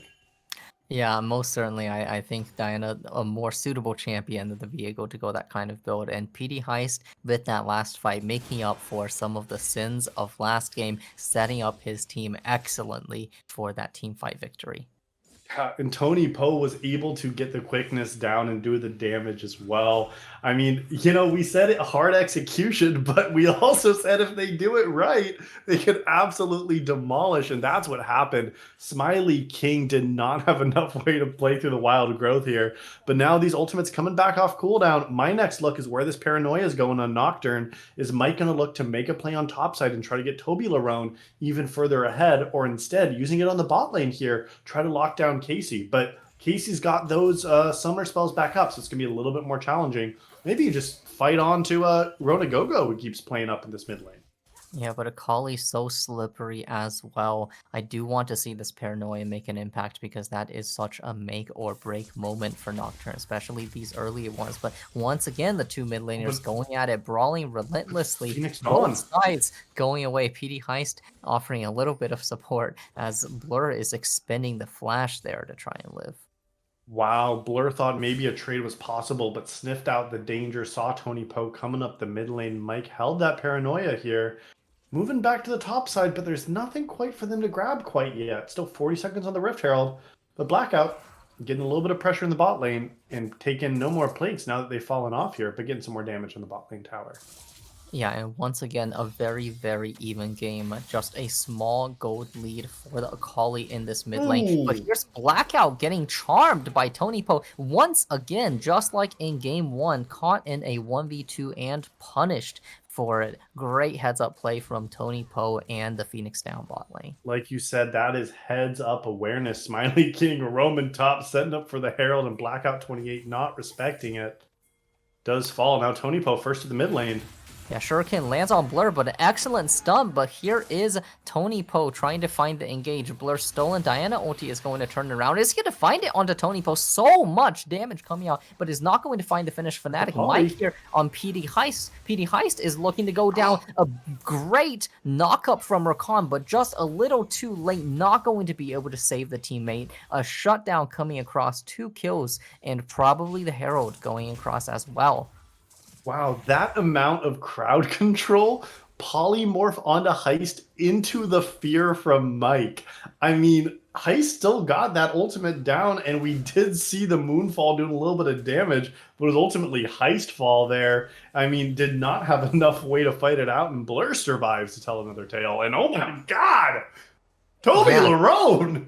Tim dancing around there trying to find those vital procs onto Toby Larone, was able to get a few, but there is the Darius. Walk around and press your buttons in the direction of your enemies and you will succeed. Tim not able to proc any of the ultimate vitals before being directly executed.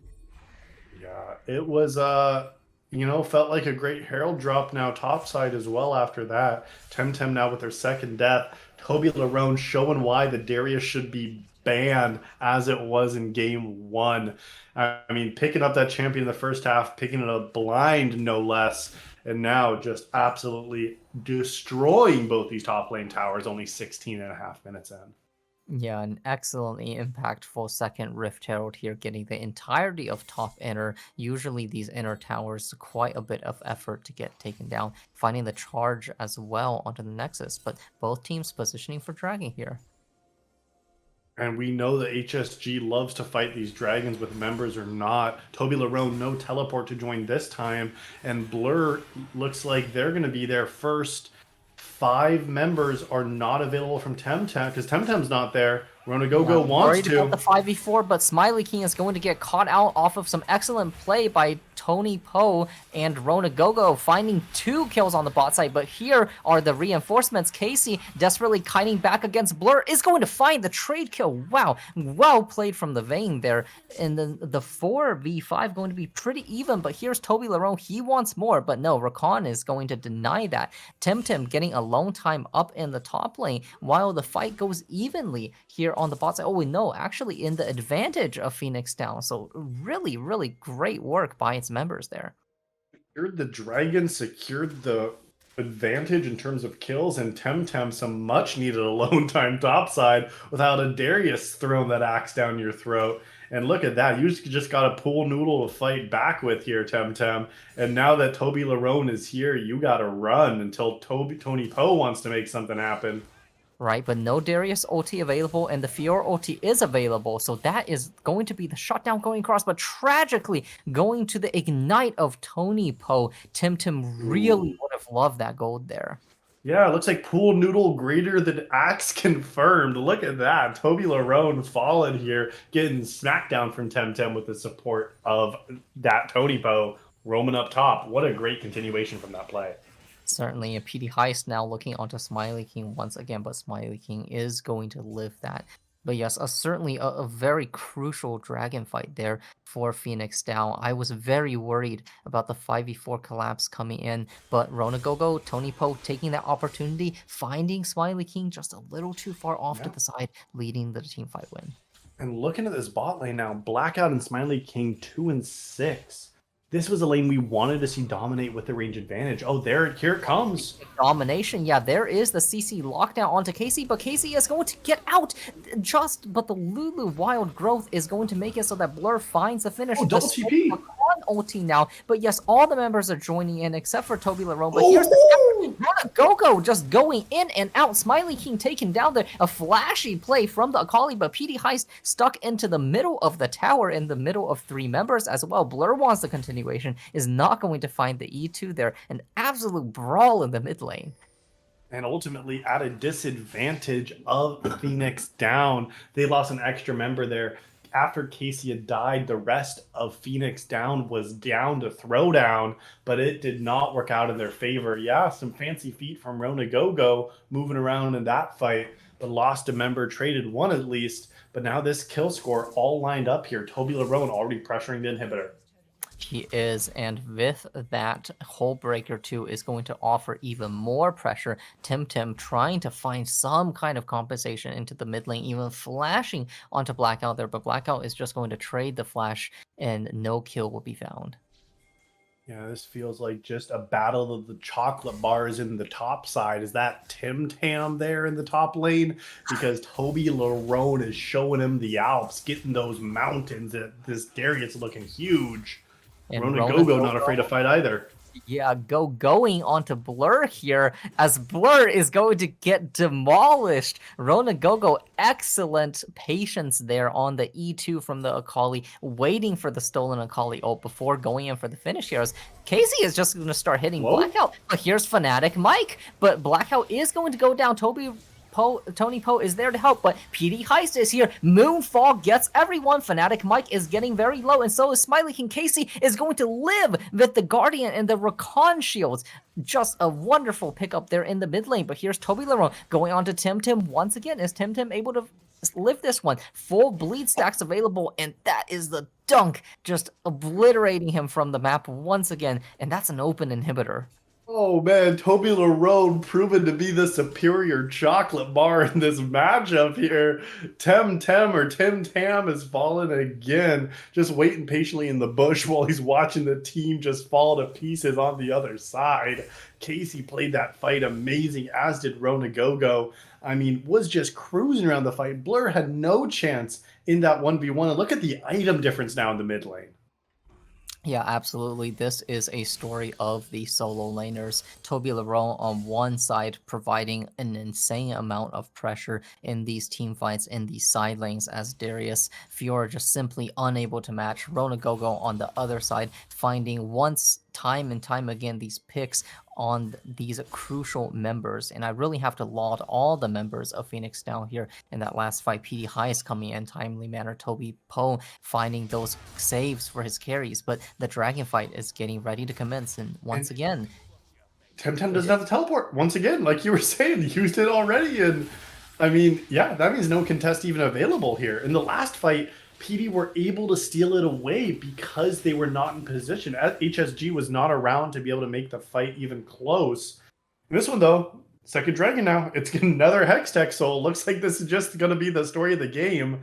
And now 2 dragons apiece. This looks awfully similar to what we saw in Game 2, or Game 1.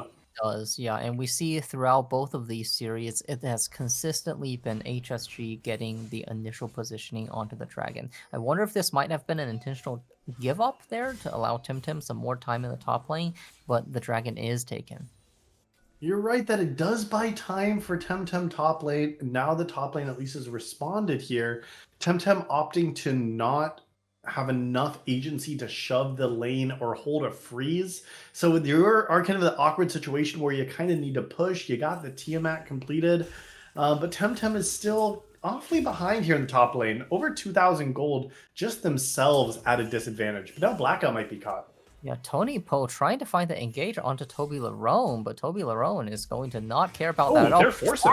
Doomfall from Diana is going to take out Blackout. Once again, the Varus is so immobile, easy pickings for the enemy team. They are picking the Baron here. I'm maybe a little bit nervous about that with the stolen Diana ulti, with the Nocturne ulti coming in. With Toby Larone as ahead as he is? Stacked in the pit, but they're calling for it. They want this to be finished. It looks like there's no paranoia. They can't go in. Yeah, so maybe just an excellent timing here. That's Baron going to be traded for 1, maybe 2 mid towers. Oh no, that is Ronagogo caught in the mid lane, flashed out. There is no R2 coming in. Fnatic Mike actually is going to be traded by the tower, and here's now the members of Phoenix down. They're going to try and chase onto Blur and Smiley King, but it looks like everyone is starting to scatter. Blur is surely going to get condemned into the wall here, is going to do so. That's him going down. 2 members of HSG are going to be down here. Baron on the map for Phoenix now. I'm hoping they get a good push out of this. And look at the vision set up there in the top side by the Baron for Phoenix down. Absolutely mastery control of that area. All it took was 1 pick on the Blackout, and they got the Baron, the kills, and everything that they wanted. I mean, and that play looked so telegraphed, Potato. Like, I thought that, like, Blackout was going to be able to walk out of there, but they didn't have Flash. And this hyper mobile comp that Phoenix Down has drafted absolutely was just able to run at them. Like, Heist forced the use Flash to force onto that play, and they still made it happen. Like, I am so surprised how well this mobility composition is working out for Phoenix Down in the second match. They really are executing very well. Flash from Diana, a threat from so long away. Flash from Tony Poe, on addition to his E, also able to engage from almost 2 screens away. And these picks have been absolutely crucial. I have to give my praises to PD Heist here, even though he didn't do so well in game 1. Caster Curse. But yeah, there is the engage on Caster Curse indeed. Split pushing into the side lane by himself, punished by the Nocturne ultimate immediately, giving up his life. Oh, Mike heard you say, wait, did someone say PD Heist? And then immediately he died. Oh, that was such a great Caster Curse, Potato. Great job. Thank you. And Toby Larone going to get another apprehend onto Temtem in the top lane. Temtem tried to fight away over the wall. To do so, but Toby Larone is going to flash, but no, Temtem says, you can flash, I can flash better. Styles with the Hex Gate right out of there. HSG now has numbers in the bot side. I don't think there's any way that Phoenix Down is going to get anything else bot. So, yep, they're just going to back off. They got the Baron, but losing Heist there was such a big loss for them. It means that Baron, I mean, only alive for 30 more seconds, this buff around them. And they're losing across the map. This is likely a negative Baron power play if you're Phoenix Heist, because they lost the kills. They're losing towers. Felt like that Baron was, I mean, a great claim, but then mis-execution when they had it. Yeah, just a small mistake there. Diana going down in the bot lane there, giving up so much pressure to the enemy team. But that is all done. Fiora is able to trade that top inner. Teleport is going to be available here. Dragon in 30 seconds. And now this would be the 3rd dragon for either team, and with the Baron no longer being worn, this playing field becomes even more even. Toby Larone does have so much gold invested into a Hull Breaker, then that is not a great team fight item, so they don't really want to be down here, but all of HSG Amethyst does have to play this fight. Couple items now completed from both sides. Blackout a little bit behind on this Varus instead of the Vayne now. And this fight could be really close here, and it's got to be down to Phoenix Down to get the execution. Yeah, and Blur here it is. Here, but there's the counter engage. It is the Tony Poe show as all of the members get knocked up. The fear is going to go on Casey getting targeted, but all his friends there are going to support. Toby Larone in the middle of 5 people is just going to get cut down by the members of Phoenix Down, and that is a massive victory. They might try to push straight for the end here. They might Phoenix or Fnatic Mike forced to run as well. Phoenix down, pushing down the mid lane inhibitor at a minimum, an inhibitor, maybe more than that. But the Dragon's sitting alive as well. It looks like in the base, they are going to be looking to push past the inhibitor now. We'll Yeah, have to see if they can end the game right here.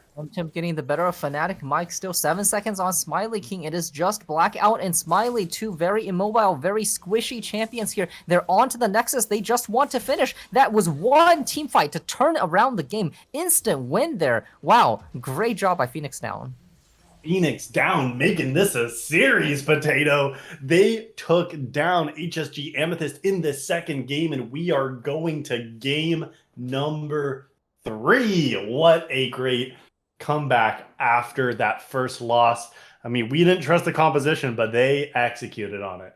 They did execute indeed. I have to give my accolades to Tony Poe and PD Heist, finding successful engages time and time again. Just looking at these team fights before all the members of HSG could assemble together, finding places where there are 1 member, 2 member, 3 members, a little bit away from the support of their team, going in without hesitation, finding these long range engages, knocking them up. And Rona Gogo also getting such a big advantage against their lane opponent, Blur, who had such a great game last time.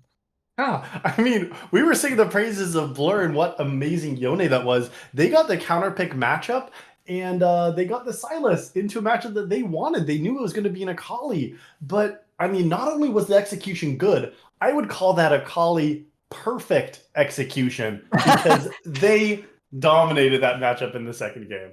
They really did in the mid lane and in the side lanes as well. So now it's for all the marbles. Game 3 coming up. Whichever team takes this takes the series, and what a competitive series it's been so far. Yeah, give us just a moment to reset. I promise this will be a short break. And on the other end of it, it's game number 3. Winner take all. HSG Amethyst first, Phoenix down. We will see you all in just a moment. We did not want to keep y'all waiting for any longer, Style Esports fans. It is game number 3, tied series 1-1. Not only that, but the sides have been swapped, but the scores remain even. 1-1 here. Similar bands going out into this game 3 here. You know, both teams not too worried about shaking it up here. They still leave the Darius open if Amethyst wants it. They do, and HSG Amethyst taking red side this game, so we'll see what the B1 pick will be. Oh, it's the Mordekaiser coming out for Phoenix now. Okay. You know, that could be a jungle top flex.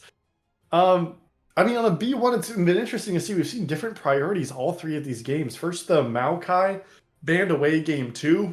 Phoenix down with their first pick. They don't want it. So instead, they just picked that Mordekaiser first. Ooh, is that Smiley King back on the bike? It is. Smiley King said, enough of that, Lulu. I'm not protecting anyone anymore. I'm going to go back to being a team fight, roaming menace, and picking off your members. And it didn't really matter, it didn't feel like, with Blackout, because it felt like Blackout in both these last games was kind of getting caught out and too far forward, and played 2 immobile characters too with Varus and Ashe. Kaisa is anything but. Yeah, and Kaisa Pike certainly a very potent lane here. Should Pike land a hook, which it seems like Smiley King really has been proficient at doing, the amount of burst coming out in this bot lane is very strong. But Xayah, an old answer into Kaisa back when these were the 2 premier ADCs in the meta, does offer a range advantage, a lot of zoning potential in these fights with the feathers, and a lot of kite ability. And do you know what it also provides?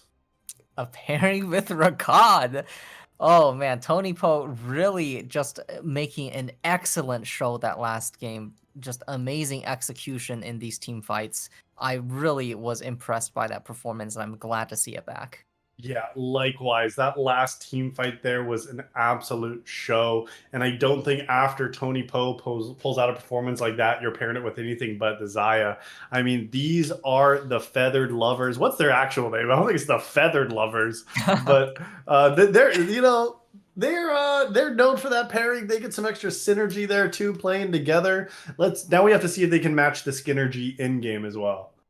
We will indeed, and we see the mid lane bans now coming out, Yeah. targeting these two big carry players. Yone once again denied from Blur. Akali going to be denied for Rona Gogo. Unsurprising, given the impact that champion had this past game. And that does mean that HSG Amethyst has given up the Jax top lane. That was a ban that they pulled out instead of Akali. The Rise was still taken away. I mean, because we saw what Phoenix Down was able to do with that Rise. I mean, I know that we didn't see Rona Gogo winning that Rise game, but they made those fights incredibly close. So Rona Gogo, we're gonna see his third pick of the night tonight, as well as Blurs. Yeah, and we'll see if Ronagogo can execute just as well in this game 3 as he did in these games 1 and 2. And it's Syndra, a scaling pick menace that can absolutely burst out enemy champions. Orianna and Kaisa, Pike, these are really fragile, not very durable champions. So I do really like this pick here. Yeah, you're right about the fragility that all these characters offer. I mean, there's a wombo combo potential brewing here from HSG Amethyst. I'll be curious what Mike wants to partner with all of it, or if they take the Gragas. But I think something like a Hecarim, a Wukong, something like that. But Jax is open and Phoenix Down grabs that. I mean, that was a ban that was put on the bench in game number 2. And Phoenix Down said, oh, it's actually a great idea. We want that ourselves. And that also forces the Mordekaiser to go jungle. Yeah, we'll see the small mid-scope adjustment here for the Jax. And we also have to see Toby Larone once again probably going back onto the Gragas. I mean, had an amazing game every time we've seen him on this champion. So certainly lots of comfort and playmaking there for him. And I mean, if we're talking about classic wombo combo, Oriana Jarvan the fourth, I mean, doesn't get more classic than that. That used to be a BBB classic back when our ball handler on the Rift antagonist would pull that out. And I mean, you basically you throw that cataclysm down on immobile characters like the Syndra, like the Zaya, and they ain't going anywhere. So very true. Between that combo, the explosive cask from Gragas, the hook from Pike, it's going to be so many things for the side of Phoenix Down to try and keep track of. I do trust Casey will execute pretty well in this game, as he has been doing all night. But these two carries for Phoenix Down, they'll have to be really, really careful with how these fights play out. And HSG Amethyst, you read about the amount of tools they got, but they also have to be careful with their execution. Because there's worlds where Explosive Cask looks to lead the fight and completely whiffs the shockwave. These two ultimates basically do opposite things, right? Like, I mean, they're about as opposite as possible. One pushes them in, one pulls them out. I mean, it feels like if they're not using the right timing in the right way or on, something like that Zaya ultimate, that could be kind of bad news if HSG Amethyst missed these key teamfight ultimates. It could be, but if there's one player I trust to execute on Gragas correctly, it is Toby Larone. Finding these cask picks time and time again really has had a lot of precision finding the carries and the knockbacks here. So I'm hoping to see that again in this third game. Yeah, and the draft is locked in. It is a little bit strange to see Jarvan the fourth being that last pick. I like the synergy they picked with their R4, R5. But Gragas, I mean, in game number 1, they picked it also blind pick, and Phoenix Down matched with the Cassante. In this game with the Gragas blind pick, it was Jax counterpicked. I mean, Cassante bullied Gragas pretty hard. Toby Larone came back in that mid game. It does feel like Gragas could have some issues again in the lane, but you're right about that mid-game execution. Toby Larone had pinpoint precision with those casks. Really does. And I do feel that Jax is a slightly less of a lane bully, but can still scale to be an absolute menace later on in the game. So we'll see whether that top lane matchup will be decided early or whether it'll come down to the split pressure and team fighting of these two champions. It is going to be very interesting to see. It's also the first time we've seen these teams swapped sides here. We knew from the blue side that HSG Amethyst loved those early dragons. We'll have to see if Fnatic Mike for the third game in a row looks for the dragon around the 6-minute mark. Otherwise, double control mage in the mid lane too. That's a little bit of a shakeup from what we've been seeing this series. Oh yeah, absolutely. And one thing that I want to touch on too is Amethyst has You're scared. pretty consistently Good to reached know. the Dragon Pit first and gotten that setup. In this game, I think that's even more important with the ball zoning potential of the Orianna, with the pick potential of the Pyke. Getting that space established first is really helpful. On the other side, if Syndra Rakan are able to set up in the pit as well, it's going to be hard for Amethyst to approach as well. So we'll see if Phoenix Down will be a little bit more proactive about setting up early and getting to the objective in time. Yeah, you're absolutely right. And I think these objectives are going to be very strange. There is still a world where, I mean, even if HSG does not get to the objective first, they have enough wombo, they got enough combo, they can still slay Phoenix down.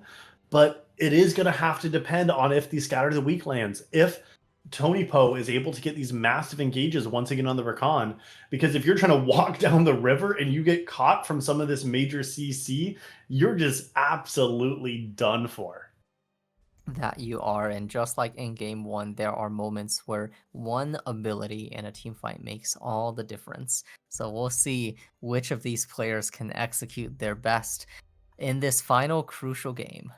Oh, this is for all of the marbles, and the prediction is live. It'll be for all of your channel points as well. Game number 2, only 18% of those channel points were awarded to the correct choice there. And all of a sudden, Phoenix Down has made this a series, and they're going to try to get that reverse sweep onto HSG Amethyst. So while you're getting your channel points ready, we're going to get this match ready. Do not forget to vote for game number 3. Who is going to win this series between Phoenix Down and HSG Amethyst? You'll have to see on the other side of a short break. It is game number 3, match point. You just got a couple of seconds left to get those channel points in, and we are on to the rift for HSG Amethyst versus Phoenix Down. It is winner take all right here for this series, and already HSG Amethyst taking that aggressive level 1. That they are, but Rakan is the one watching the bush, is going to find a pretty easy escape. Fnatic and Mike just going to barely miss out on the sweeper, but no, okay, gets the ward kill there, and is able to place some vision of their own. So early invade not going to result into a kill, but both teams get a little bit of info. Yeah, neither team is an amazing level 1 here, especially HSG Amethyst. But with that commitment, they got the vision, but immediately just swept out there. So, I mean, okay, like you sweep it out with Casey getting one of those ward kills. It's actually not going to mean an early level 2. If it was a solo lane, you actually get level 2 a minion early there, so that can make a big difference. In bot lane, sharing the XP with the support is not going to do it. Yeah. And looking across at these Ruin Summoner choices, I'm seeing a few things that I find a little interesting. Ghost on Mordekaiser, which we have seen pretty frequently, but Ghost onto Casey's Xayah here as well, and the Airy on Tony Poe's Rakan. Yeah, these are some different summoner spells from both bot laners compared to last game when they both decided to take the exhaust. As you mentioned, Casey taking Ghost here and the heal on Blackout, but Tony Poe has that Airy, maybe looking to poke out Smiley King a little bit more in the bot lane here with some of those cute Fnatic Mike. Oh, Fnatic for Mike. A repeat of that game 1 play, 1 camp into the gank. Rona Gogo forced to flash out there. PD Heist not quite making it in time, but does burn the Ghost. Yeah, and Fnatic Mike, honestly, you kind of misplayed that a little bit, buddy, by using... Oh, I got to hold that. Flash stun from Smiley King. Well played, but Tony Poe is going to have enough survivability to live that one. Excellent play on the level 2 timing there from the bot lane. Another hook just barely going to miss as well. Smiley King already showing why his Pyke was something to be feared from that first game. Yeah, amazing play there. But yeah, that Fnatic Mike mid lane play, I think if you get that auto, you just walk up to Rona Gogo and start smacking. Like, Syndra has no way to get out of there, has to use flash. If you start auto-attacking her, she is forced to flash. You're already behind her. But because he used the flag and drag combo to go through the Syndra back toward his own team, I mean, now it's sort of like you have no way to do any more damage there. So I think Fnatic Mike could have had first blood by playing that level 2 gank a little bit sooner, but he's back at level 3 and now he wants to get Rona Gogo. He is back, and Smiley King is back as well. Blackout taking the opportunity to get the reset, but an excellent shove is going to get the trade there. Fnatic Mike is going to get pulled in. PD Heist maybe taken down as well. The Pike stun is going to make sure that Mike stays alive. Really great roam play there. Not sussed out by the bot lane of Phoenix down means 2 kills going over to HSG. Those early kills on the back of Fnatic Mike's early aggression. We've seen this guy game after game make the plays happen early game for HSG Amethyst, and game 3 is no exception. Smiley King's already back. Rona Gogo might be going down again. Yeah, we are punishing this lack of mobility from Rona Gogo. Some great fancy feet dodges the stun from the Pike, but there's going to be enough damage coming out regardless. Syndra losing that flash early just has to respect these move timings a little more. You have a J4 and a Pike. These are two champions that are absolutely lethal in these early moves. PD Heist wants to trade against Toby Larone, but looks like he's probably going to be out, is already very far down the lane. He's Rona Gogo not having the game performance they did in game number 2. They used the teleport to get back to that lane, and immediately Smiley King was just sitting there in the bush, cheesing, waiting for him to show up. And man, 2 deaths now for Rona Gogo. That is a much rougher early game, and I mean, I expect Fnatic Mike to just keep the pressure on in the mid lane. It is. Fortunately, Orianna is taking more of a scaling build here, starting with the tier, so it's not going to immediately begin demolishing this lane here. But yes, with how much Smiley King was moving around the first game, we do want to see Rona Gogo hopefully surviving a little bit longer. But Tim finding a great play onto Toby Larone, and the knock up from Tony Poe going to get flashed out by Blackout here. Yeah, wow. Smiley King just keeps on landing these hooks. Hook after hook is landing bot lion. But hey, Temtem getting a solo kill on Toby Larone. We knew this guy's Gragas in lane wasn't the best, but shouldn't be dialing into solo kills. Yeah, Jack's really finding a great timing here, but here comes PD Heist looking for Blackout. There is no flash here. Blackout does dodge the knockup, so that might be enough to keep him alive, but no, Casey is there for the finish. Fnatic Mike and Smiley King maybe want to continue this, but it is a 2v3. Will PD Heist go down? Does not get the shield up in time. The cooldown was not quite EQ is up now, too, for Mike. Yeah, so he might look for the continuation here, but is a little bit further If it away. lands. Will Smiley King get the hook? No, just barely misses. Casey has enough footwork there to dodge it. Wow, and I thought Fnatic Mike might have been looking for an extra one here. Blackout, I mean, I don't want to make too much of a blackout joke here, Potato, in terms of this gray screen. It feels like all series. But in this third game, once again, feels like just dying over aggression, not having flash, not having mobility, and not having any health.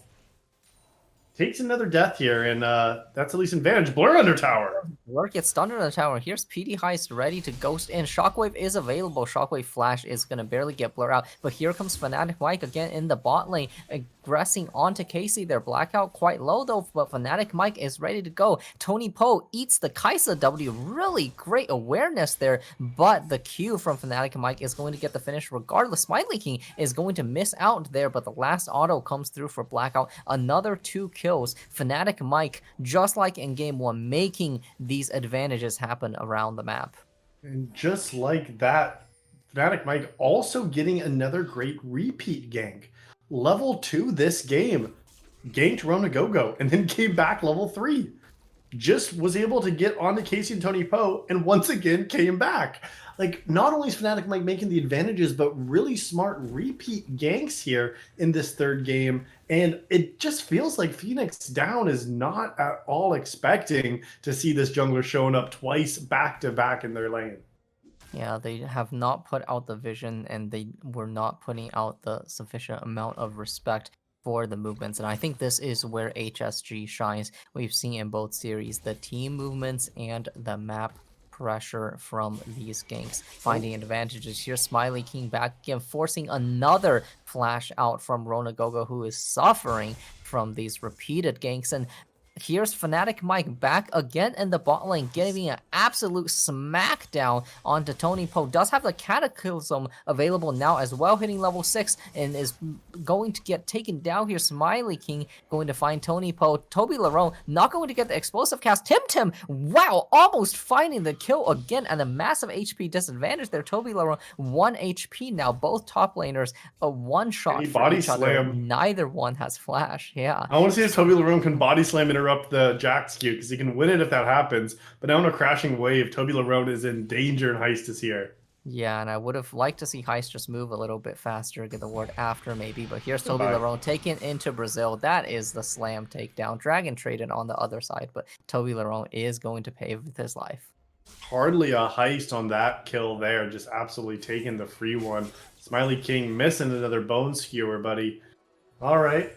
Level 6 is coming in. Fnatic Mike looped around. The Cataclysm still available. Level 6 for Casey now. Tony Poe yet to hit it. Yeah, and Blur also starting to move down. This is looking like a four-man dive. It is on the cannon wave. A second wave is reinforcing here, so it could be an excellent window. We do see Blur deciding to go back mid lane here. Xayah is still flashless, but does have the ultimate available. Rakan, also just level 5 here, is going to get close to hitting level 6, but not quite there yet. Yeah, Blackout just shoving the wave in, and they're still hovering around this area. Heist nowhere to be found because they are on the Rift Herald. Toby Larone sussing it out, but smite it away. Heist picks up the Herald. Yeah, that is going to be advantage to Phoenix down there. I would have liked to see a little bit more aggressive play around that wave. It looked like they had a great timing there, but Blackout was just going to take the base, and that's a lot of time invested by Fnatic Mike. Once again, this elo just finding those timers on gold spikes. Blackout likely had so much gold that they had to spend. The damage for the dive was not available, especially with Casey's ultimate available. But Casey didn't have flash, and you're right that should have been a timer that they should have set up a little bit better here. Get Blackout on a reset prior to that. Get them back into the lane when Smiley King is hitting level 6 and then has their death from below. But instead, the play was not there, even on the double stacked wave. Fnatic Mike looking to move down once again, but now if Casey is going to have flash shortly, if they can survive for 10 seconds, they'll have it. We'll have to see if they can make this 3v2 happen now. Yeah, Smiley King posturing very aggressively. Casey here caught out, does not quite get the ultimate out in time to dodge the abilities, and is just going to go down like that. Another kill picked up. Mike giving a lot of love down towards the spot lane, and it's paying off for him. Ice has matched this play now, but now it's a 2v2. Mike, we know Mike. He's going to be coming right on back to this bot lane here. Has no problems converting more resources into the bot area. But looks like Smiley King maybe baiting it, maybe just hanging out a little bit. Heist going to soak the wave. Dragon still 2.5 minutes and no Herald to be seen for a while. Dust has settled. 7 of this 8 kill participation onto Fnatic Mike, though. Once again, dominant performance in the early game. Yeah, it is Mike and Smiley King making the plays happen across the map here. Not influencing top lane too much, mostly leaving those two to their own devices. But when it comes to mid lane and bot lane, these two have repeatedly forced out summoners and found the kills. Casey, Tony Poe, and Rona Gogo in these past few games have been doing just amazing jobs, but now they are collectively 1-6 as a result of this consistent map pressure from HSG, just really playing well here. PD Heist maybe looking to drop a Herald into the mid lane, funnel a bit more gold back into the Syndra, get her going again. That's what this team needs. Phoenix down 1 game number 2 off the back of Rona Gogo's Akali being the playmaker, getting the kills, being so far ahead that was able to just roll through them here. It was that partnered with PD Heist. Heist was able to get something happening, but Gogo back under pressure. Yeah, and this is a familiar picture. Smiley King going mid lane and getting the kill onto Rona Gogo. This is probably the 3rd or 4th time this has happened, but the flash is not going to save him. PD Heist finding that max range teleport to Brazil there, getting a much needed shutdown on Smiley King for his many roams. Yeah, Rona Gogo taking their 3rd death of the game. This is not how we saw Phoenix down win game number 2. And now Rona Gogo in trouble, save the flash, and now Toby Larone commits his own to get a solo kill top side in return. Yeah, Tim barely surviving out of the previous combo, but is investing that counter strike there and decides to go back in. Toby Larone isn't having any of that. Cataclysm going down into the mid lane. Tony Poe wanting to find the damage onto Blur, but Heist is just stuck there. There's no way for him to go in. A flash scattered the weak from Rona Gogo is not going to find the range required. Another free pickup for HSG in that bottom jungle. And these pickups are coming one after another after another. Heist has done an okay job at keeping up in some of the farm department there, but the pressure exerted from Fnatic Mike is absolutely conquering not only the game and the lanes, but now also the jungle from Phoenix Down. They're just running in there, taking what they want and saying, thanks for the leash. Yeah, and last game it was Tony Poe absolutely carrying team fights with decisive engages onto the key members. This game it is Smiley King making all the visits to mid lane alongside Fnatic Mike, hitting these hooks, finding these picks, making sure that his team gets the tools for success. And now it is a 4,000 gold advantage at 14 minutes, very sizable Hey, and that potentially 14-minute mark you just named, the Rift Herald got dropped after that. PD Heist, it was a heist when he picked up that Herald, and then didn't get it down in time, so no plates for all of that work. Yeah, I just never found the window there and is not even going to make a charge down into the bot lane No, tower. Objective bounties now coming up. Even the game telling Phoenix Down that they are currently fairly behind the opponent. their name is telling them that they're down though, Potato. So I think they're just living up to the name at this point. But yeah, 4,000 gold objective bounties as early as possible here. We got to see some gold influx coming, whether it's from the objectives, whether it's from Temtem. Someone's got to start making some moves here because we know HSG Amethyst with an advantage will rotate their members and look to start dominating this mid game. They are. Tim looking to trade a little bit onto Toby Larone, but there is Mike once again all over the map. It feels like just always being where he needs to be to help his team. And now 15 minutes in, the next objective that's going to be hitting the map is this Rift Herald in 15 seconds. Heist did not use it appropriately or properly at all. And now we'll have to see if either team wants to be the ones to start aggressing, but it's Temtem playing aggressively top. It is Toby Larone with the explosive cast, but he's running in the wrong direction. There is no escape for you that way, buddy. Not enough time to lift the tower either. PD Heist is going to try and find it. The teleport invested, but he says, no, come up in here and get out. But Casey might get dove here, is investing the Gale Force and the ultimate to try and live. Flash, a massive amount of damage on the Smiley King, but a clutch heal from Blackout is going to save his support and make the dive successful. That's going to be the tower going down, first tower of the game. Tower's going down, but Heist is on to the Rift Herald with the rest of all of Phoenix Down. They're going to pick that one up. I'm not quite sure why Heist in that topside play used the Realm of Death. Seemed a little bit unnecessary there, but I guess those Gragas stats came in handy for slaying that Rift Herald just that much faster. So great response play from Blackout and Smiley King on the bot side. Great dive onto Casey, and Casey's looking a little bit like Blackout in this third game. Yeah, Blackout and Smiley King doing to Casey what the Phoenix bot lane have been doing to Blackout all game, taking advantage of that 2v1. An admirable outplay attempt from Casey. They're using all of the available tools, but unfortunately just did not have enough damage or survivability to make that work. And now with those tools down from Casey, they have a giant target over their heads. They don't have the ultimate, no flash, and no ghost. That means no mobility so far. Toby Larone, look at this damage. Speaking of no mobility, Rona Go-Go going down. And that is another barrel snipe. Rona Gogo just going to get taken down there. Toby Larone easily able to escape with the flash body slam. Or is it Tim showing the Jax power here? Is going to find the solo onto Toby Larone. That was an incredible amount of chasing power. I take my words back. Yeah, I thought flash might have even been unnecessary from Toby Larone, but even after committing it, Temtem strong enough to just blow through them now. Fnatic Mike looking for the engage.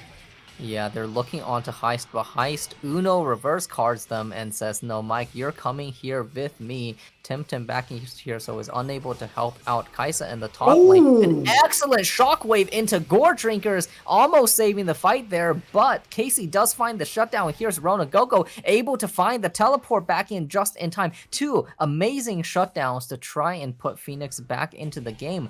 Blackout is getting a lot of alone time and is going to take down the entirety of that tower, but now Temtem is there to match. And now the Rift Herald being dropped down in the mid lane. Blur used Flash for nothing in that fight. Fnatic Mike bought time, but not enough. The Rift Herald crashes, the mid tower is claimed, and Phoenix Down is not going down without a fight in this third and final game.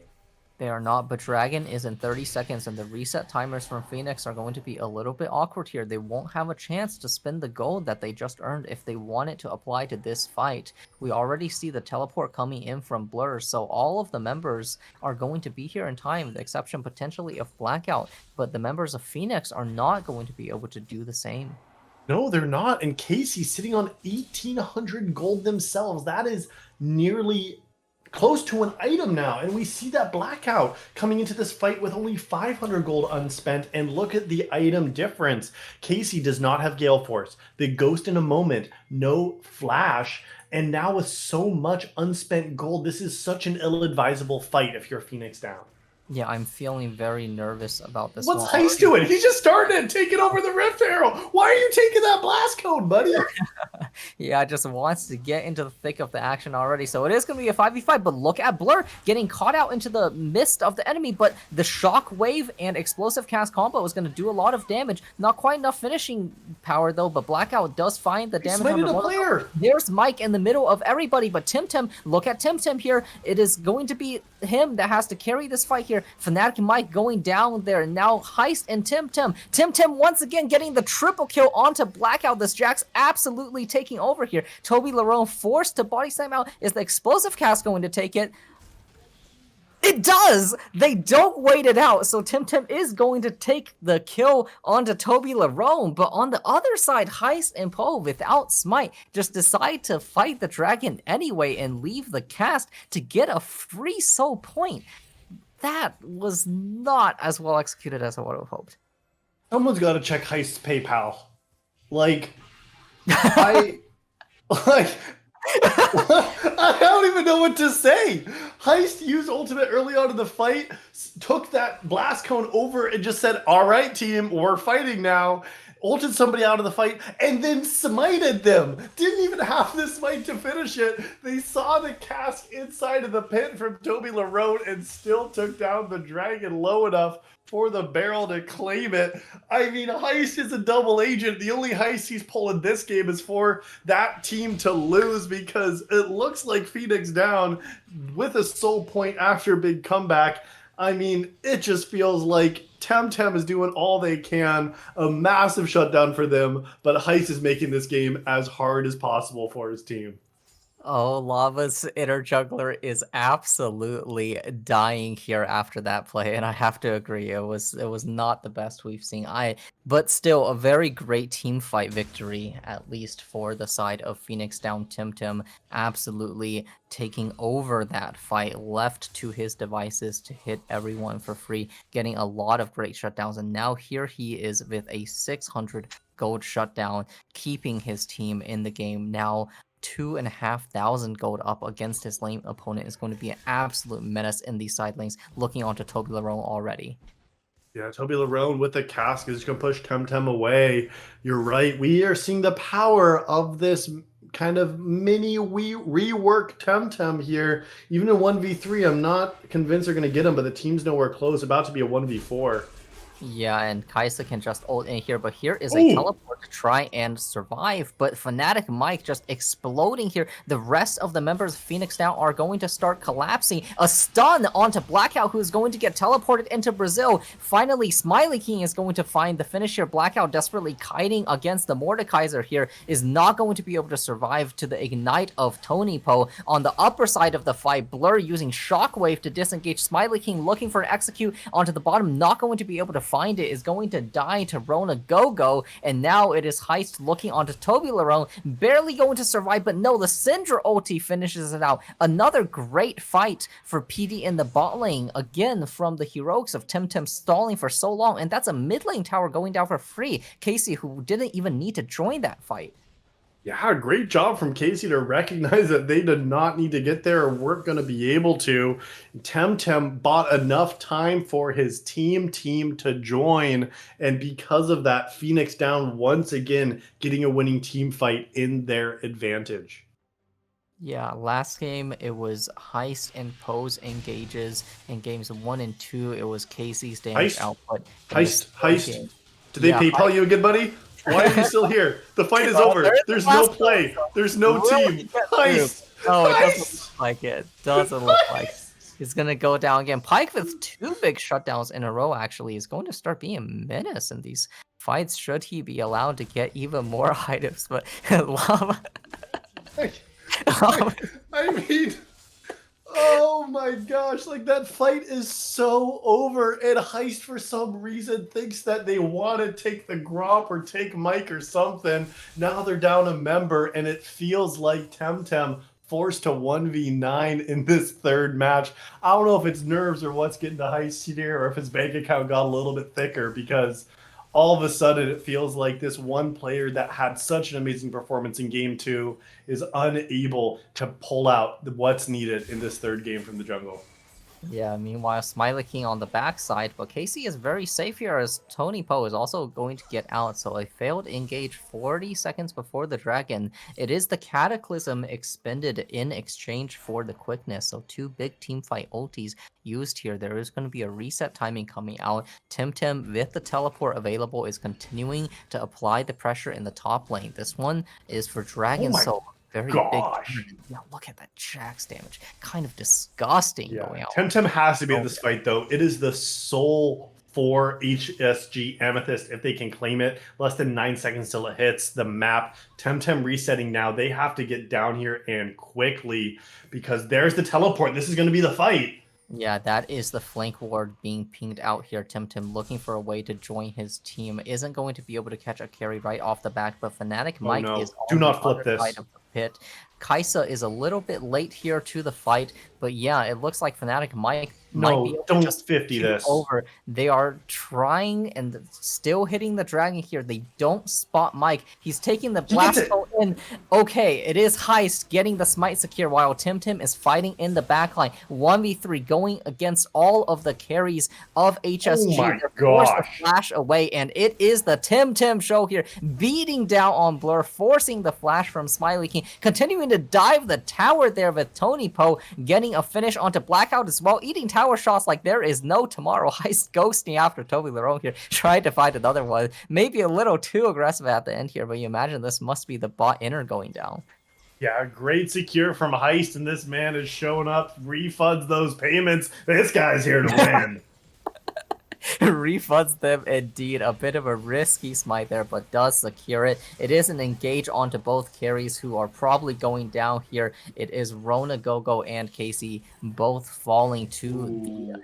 engages of HSG. They're chasing down onto Heist now, who's trying to win the 1v3, but just does not have the stats to do so. Smiley King getting close to death, but not going to fall. And now with these teleports coming in, this might mean a push out for the Baron. It's going to be really interesting to see. Again, it feels like even after getting that Dragon in the team fight win, Temtem, when that star player is down, the fights become so hard for all of the rest of Phoenix down to be able to fight. But now 5 members alive in 20 seconds on Heist. This is going to be the sign for HSG Amethyst to start the Baron. It will really come down to the timing here. It looks like Phoenix now isn't going to try to contest, but a lot of the members were spawning. Temtem is up here. Tony Poe is just going to word it out, let the Baron go through. Temtem going on to Smiley King, but Smiley King is mobile enough to escape there. No members traded back for the Baron there. A free pickup on Overstay on the bot lane.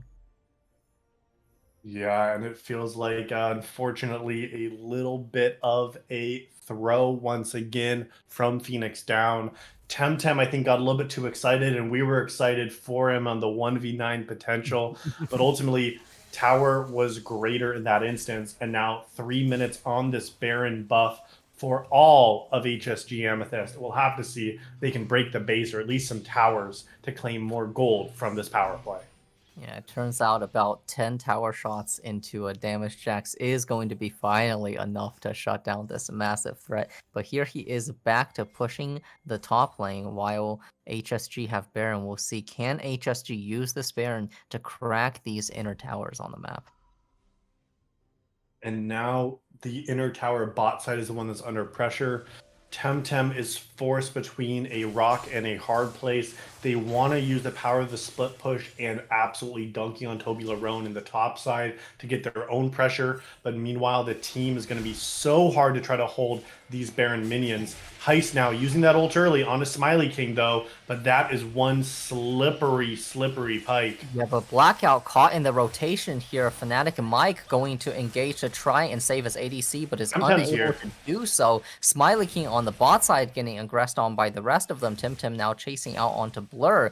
We have Toby Larone solo playing on the top side, eventually going to collapse towards the tower, but that's going to be a successful defense from just an early team fight there. The members of HSG a little bit scattered, trying to play on 3 lanes, gave time for Temtem to run all the way bot, join that team fight, hold the tower on all the different lanes. Yeah, and now with that safe defense, I mean, they still got a kill for it too. Blackout used to playing these immobile carries, but this time with the ultimate, ulted back into danger. Looking like a little bit of a maybe average solo queue ADC in that play there. And ultimately, because you don't have an ADC, you don't have a push. Smiley King fishing for more, but without a marksman, it's going to be challenging to make a play. Yeah, Rona Gogo able to dodge that one out, but now the next play insight is once again Dragon Soul. 1 minute left on this. Baron buff is starting to expire. Just about a fifth of it left. Unlikely to find the finish for a tower push here. Temtem once again teleport available, pushing on this top lane. No one matching. Toby Larone has moved ball already. All members of these teams getting ready to set up for this dragon. Yeah, we know how close it was last time. Fnatic Mike also almost secured the soul for his team, but it was Heist able to pick up the last auto attack and stop that. But now Phoenix down in a similar position. Temtem got the push, does have the teleport too. We'll have to see how Phoenix down approaches this. They got a position in the river though. Let's see if they can hold it.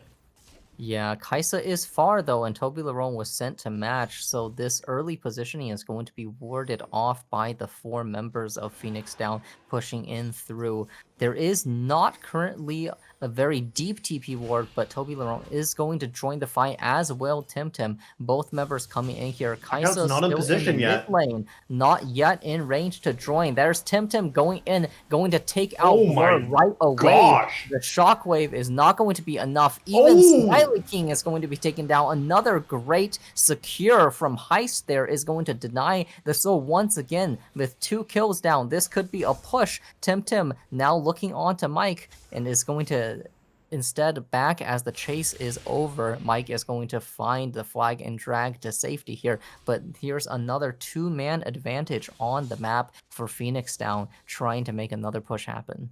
And Blackout 28, nowhere to be found in that fight for his team, was trying to get the mid lane priority, but there was no one else there. There was no threat on towers.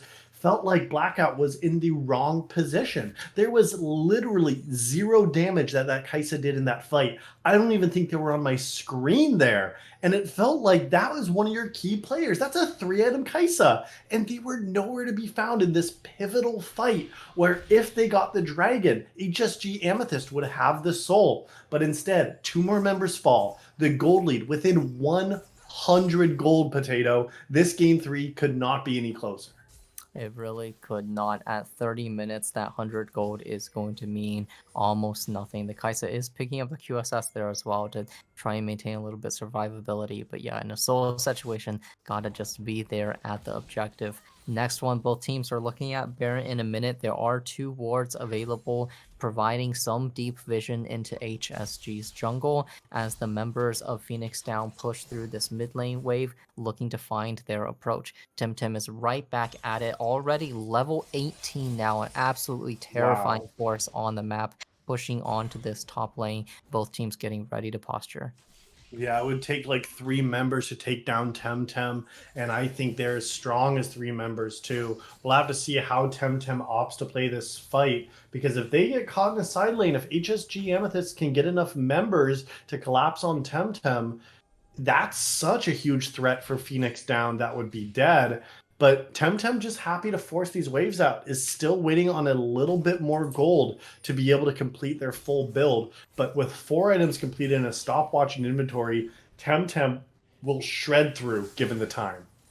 Yeah, and the carries for HSG here just do not have any peel available for them, so Temtem is free to move forward and hit It's as he only pleases. in But Heist getting engaged on is going to use the QSS. ultimate to buy time, but Blackout is going to QSS through, is going to live here. Now both teams clashing hard at this Baron. Temtem taking very, very low, Not but dead. is still going to survive. Fnatic might going to be taken down by Temtem. Their Smiley dying to the central ulti.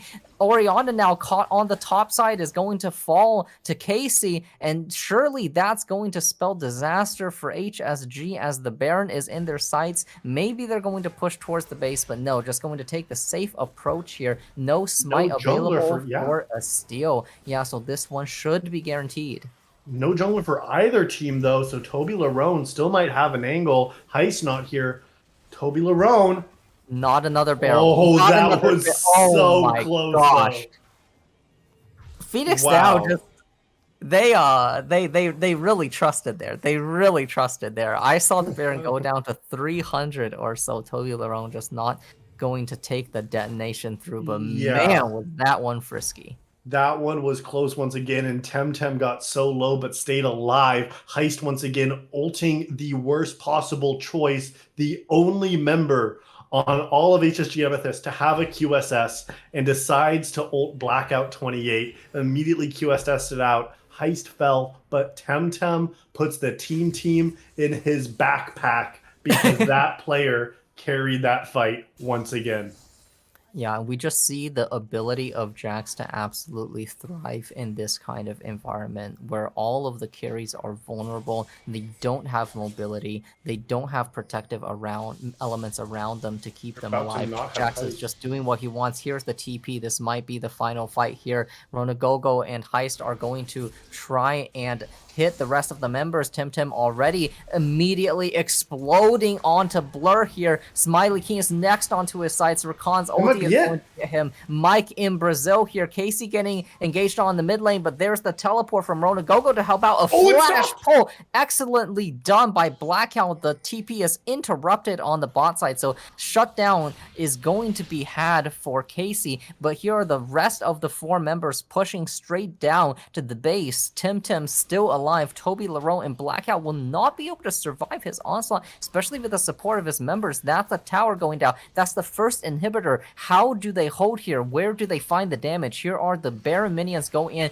Toby Larone looking for his opportunity, but Blackout almost immediately getting 100 to 0. The first tower going down, the second tower being dove. Temtem taking the tower aggro here is going to Zonius to reset. Toby Larone going down. The Nexus in their sights. Blackout once again stunned. Smiley King is unable to find the finish here. The Nexus goes down. Game and series go to Phoenix down. Despite Heist's best efforts, Phoenix down won this series 2-1. Yeah, off of an amazing carry performance by Temtem. That one dragon fight gave him all the tools he needed to take over the rest of the game. The members of HSG just did not have the tools to deal with the explosive power of the Jax. Their 41,000 damage, as much and more than the top two players of HSG combined, really taking over that final game. Yeah, I mean, Temtem don't need no team with that kind of performance. I mean, it is Tem time all the way through from start to finish. Felt like that Jax. I mean, we knew this was going to be a stronger Jax with some of those rework changes here, but it worked out there. As you said, without having any kind of support that had any sort of appeal, the only direction that HSG Amethyst had to go in that series was in. And because of that, Jax got strong enough that there's no peel. Like you said, like there's no way that you can save these members from HSG Amethyst there. And it just made those fights so incredibly challenging to play out once this Jax reached critical mass. Yeah, anytime those champions were slightly spread apart, Jax was able to just hit freely. When these carries are dying in 4 or 5 autos, there is just no stopping this champion. That ended up being the difference maker in this final game. Yeah, and it wasn't even the carries. Like, there was no player on HSG Amethyst squad that would last more than a few autos from Temtem. Like, oh my goodness, this last game put on a carry performance because just shredded through this kind of third game and ultimately secured the series for Phoenix Down. Yeah, absolutely. But a great competitive series nonetheless from two really well matched teams back and forth throughout all the games. A lot of exciting action. I'm hoping to see a rematch of this sometime. I'd love to. After watching the old HSG Amethyst, formerly known as HSG Pink, take down Cosmic Paradox so easily in a 2-0 sweep, to see this game go the distance and then Phoenix Down with an amazing games 2 and 3 to take this series for themselves. You're right, Potato. This is a series I would watch again and again between these teams. Absolutely. Well played to both members, and thanks for the great entertainment you guys have provided tonight. It was a pleasure to cast. Yeah, what a gift it was. And thank you to all of you for hanging out in the chat. 96% of viewers believed in Phoenix Down taking home this series, and they were correct. Ultimately, a huge series, and we are grateful to all of you for hanging out with us. Grateful to Style Esports to bring us this exciting action. And grateful to you, Potato. Another great series in the books. Oh, yes, absolutely. Always a pleasure to cast with you as well. What a wonderful night it has been, and I'm looking forward to the next matchup. Absolutely. Well, until then, we will have to wait and see what that matchup is. For Style Esports this evening, my name was Llama, and I brought you all the action this evening with All Out Potato. Thank you again to our teams HSG, Amethyst, and Phoenix Down for an amazing best of three series. And you'll have to stick around to see what the next matchup is next time on Style Esports. Have a great night.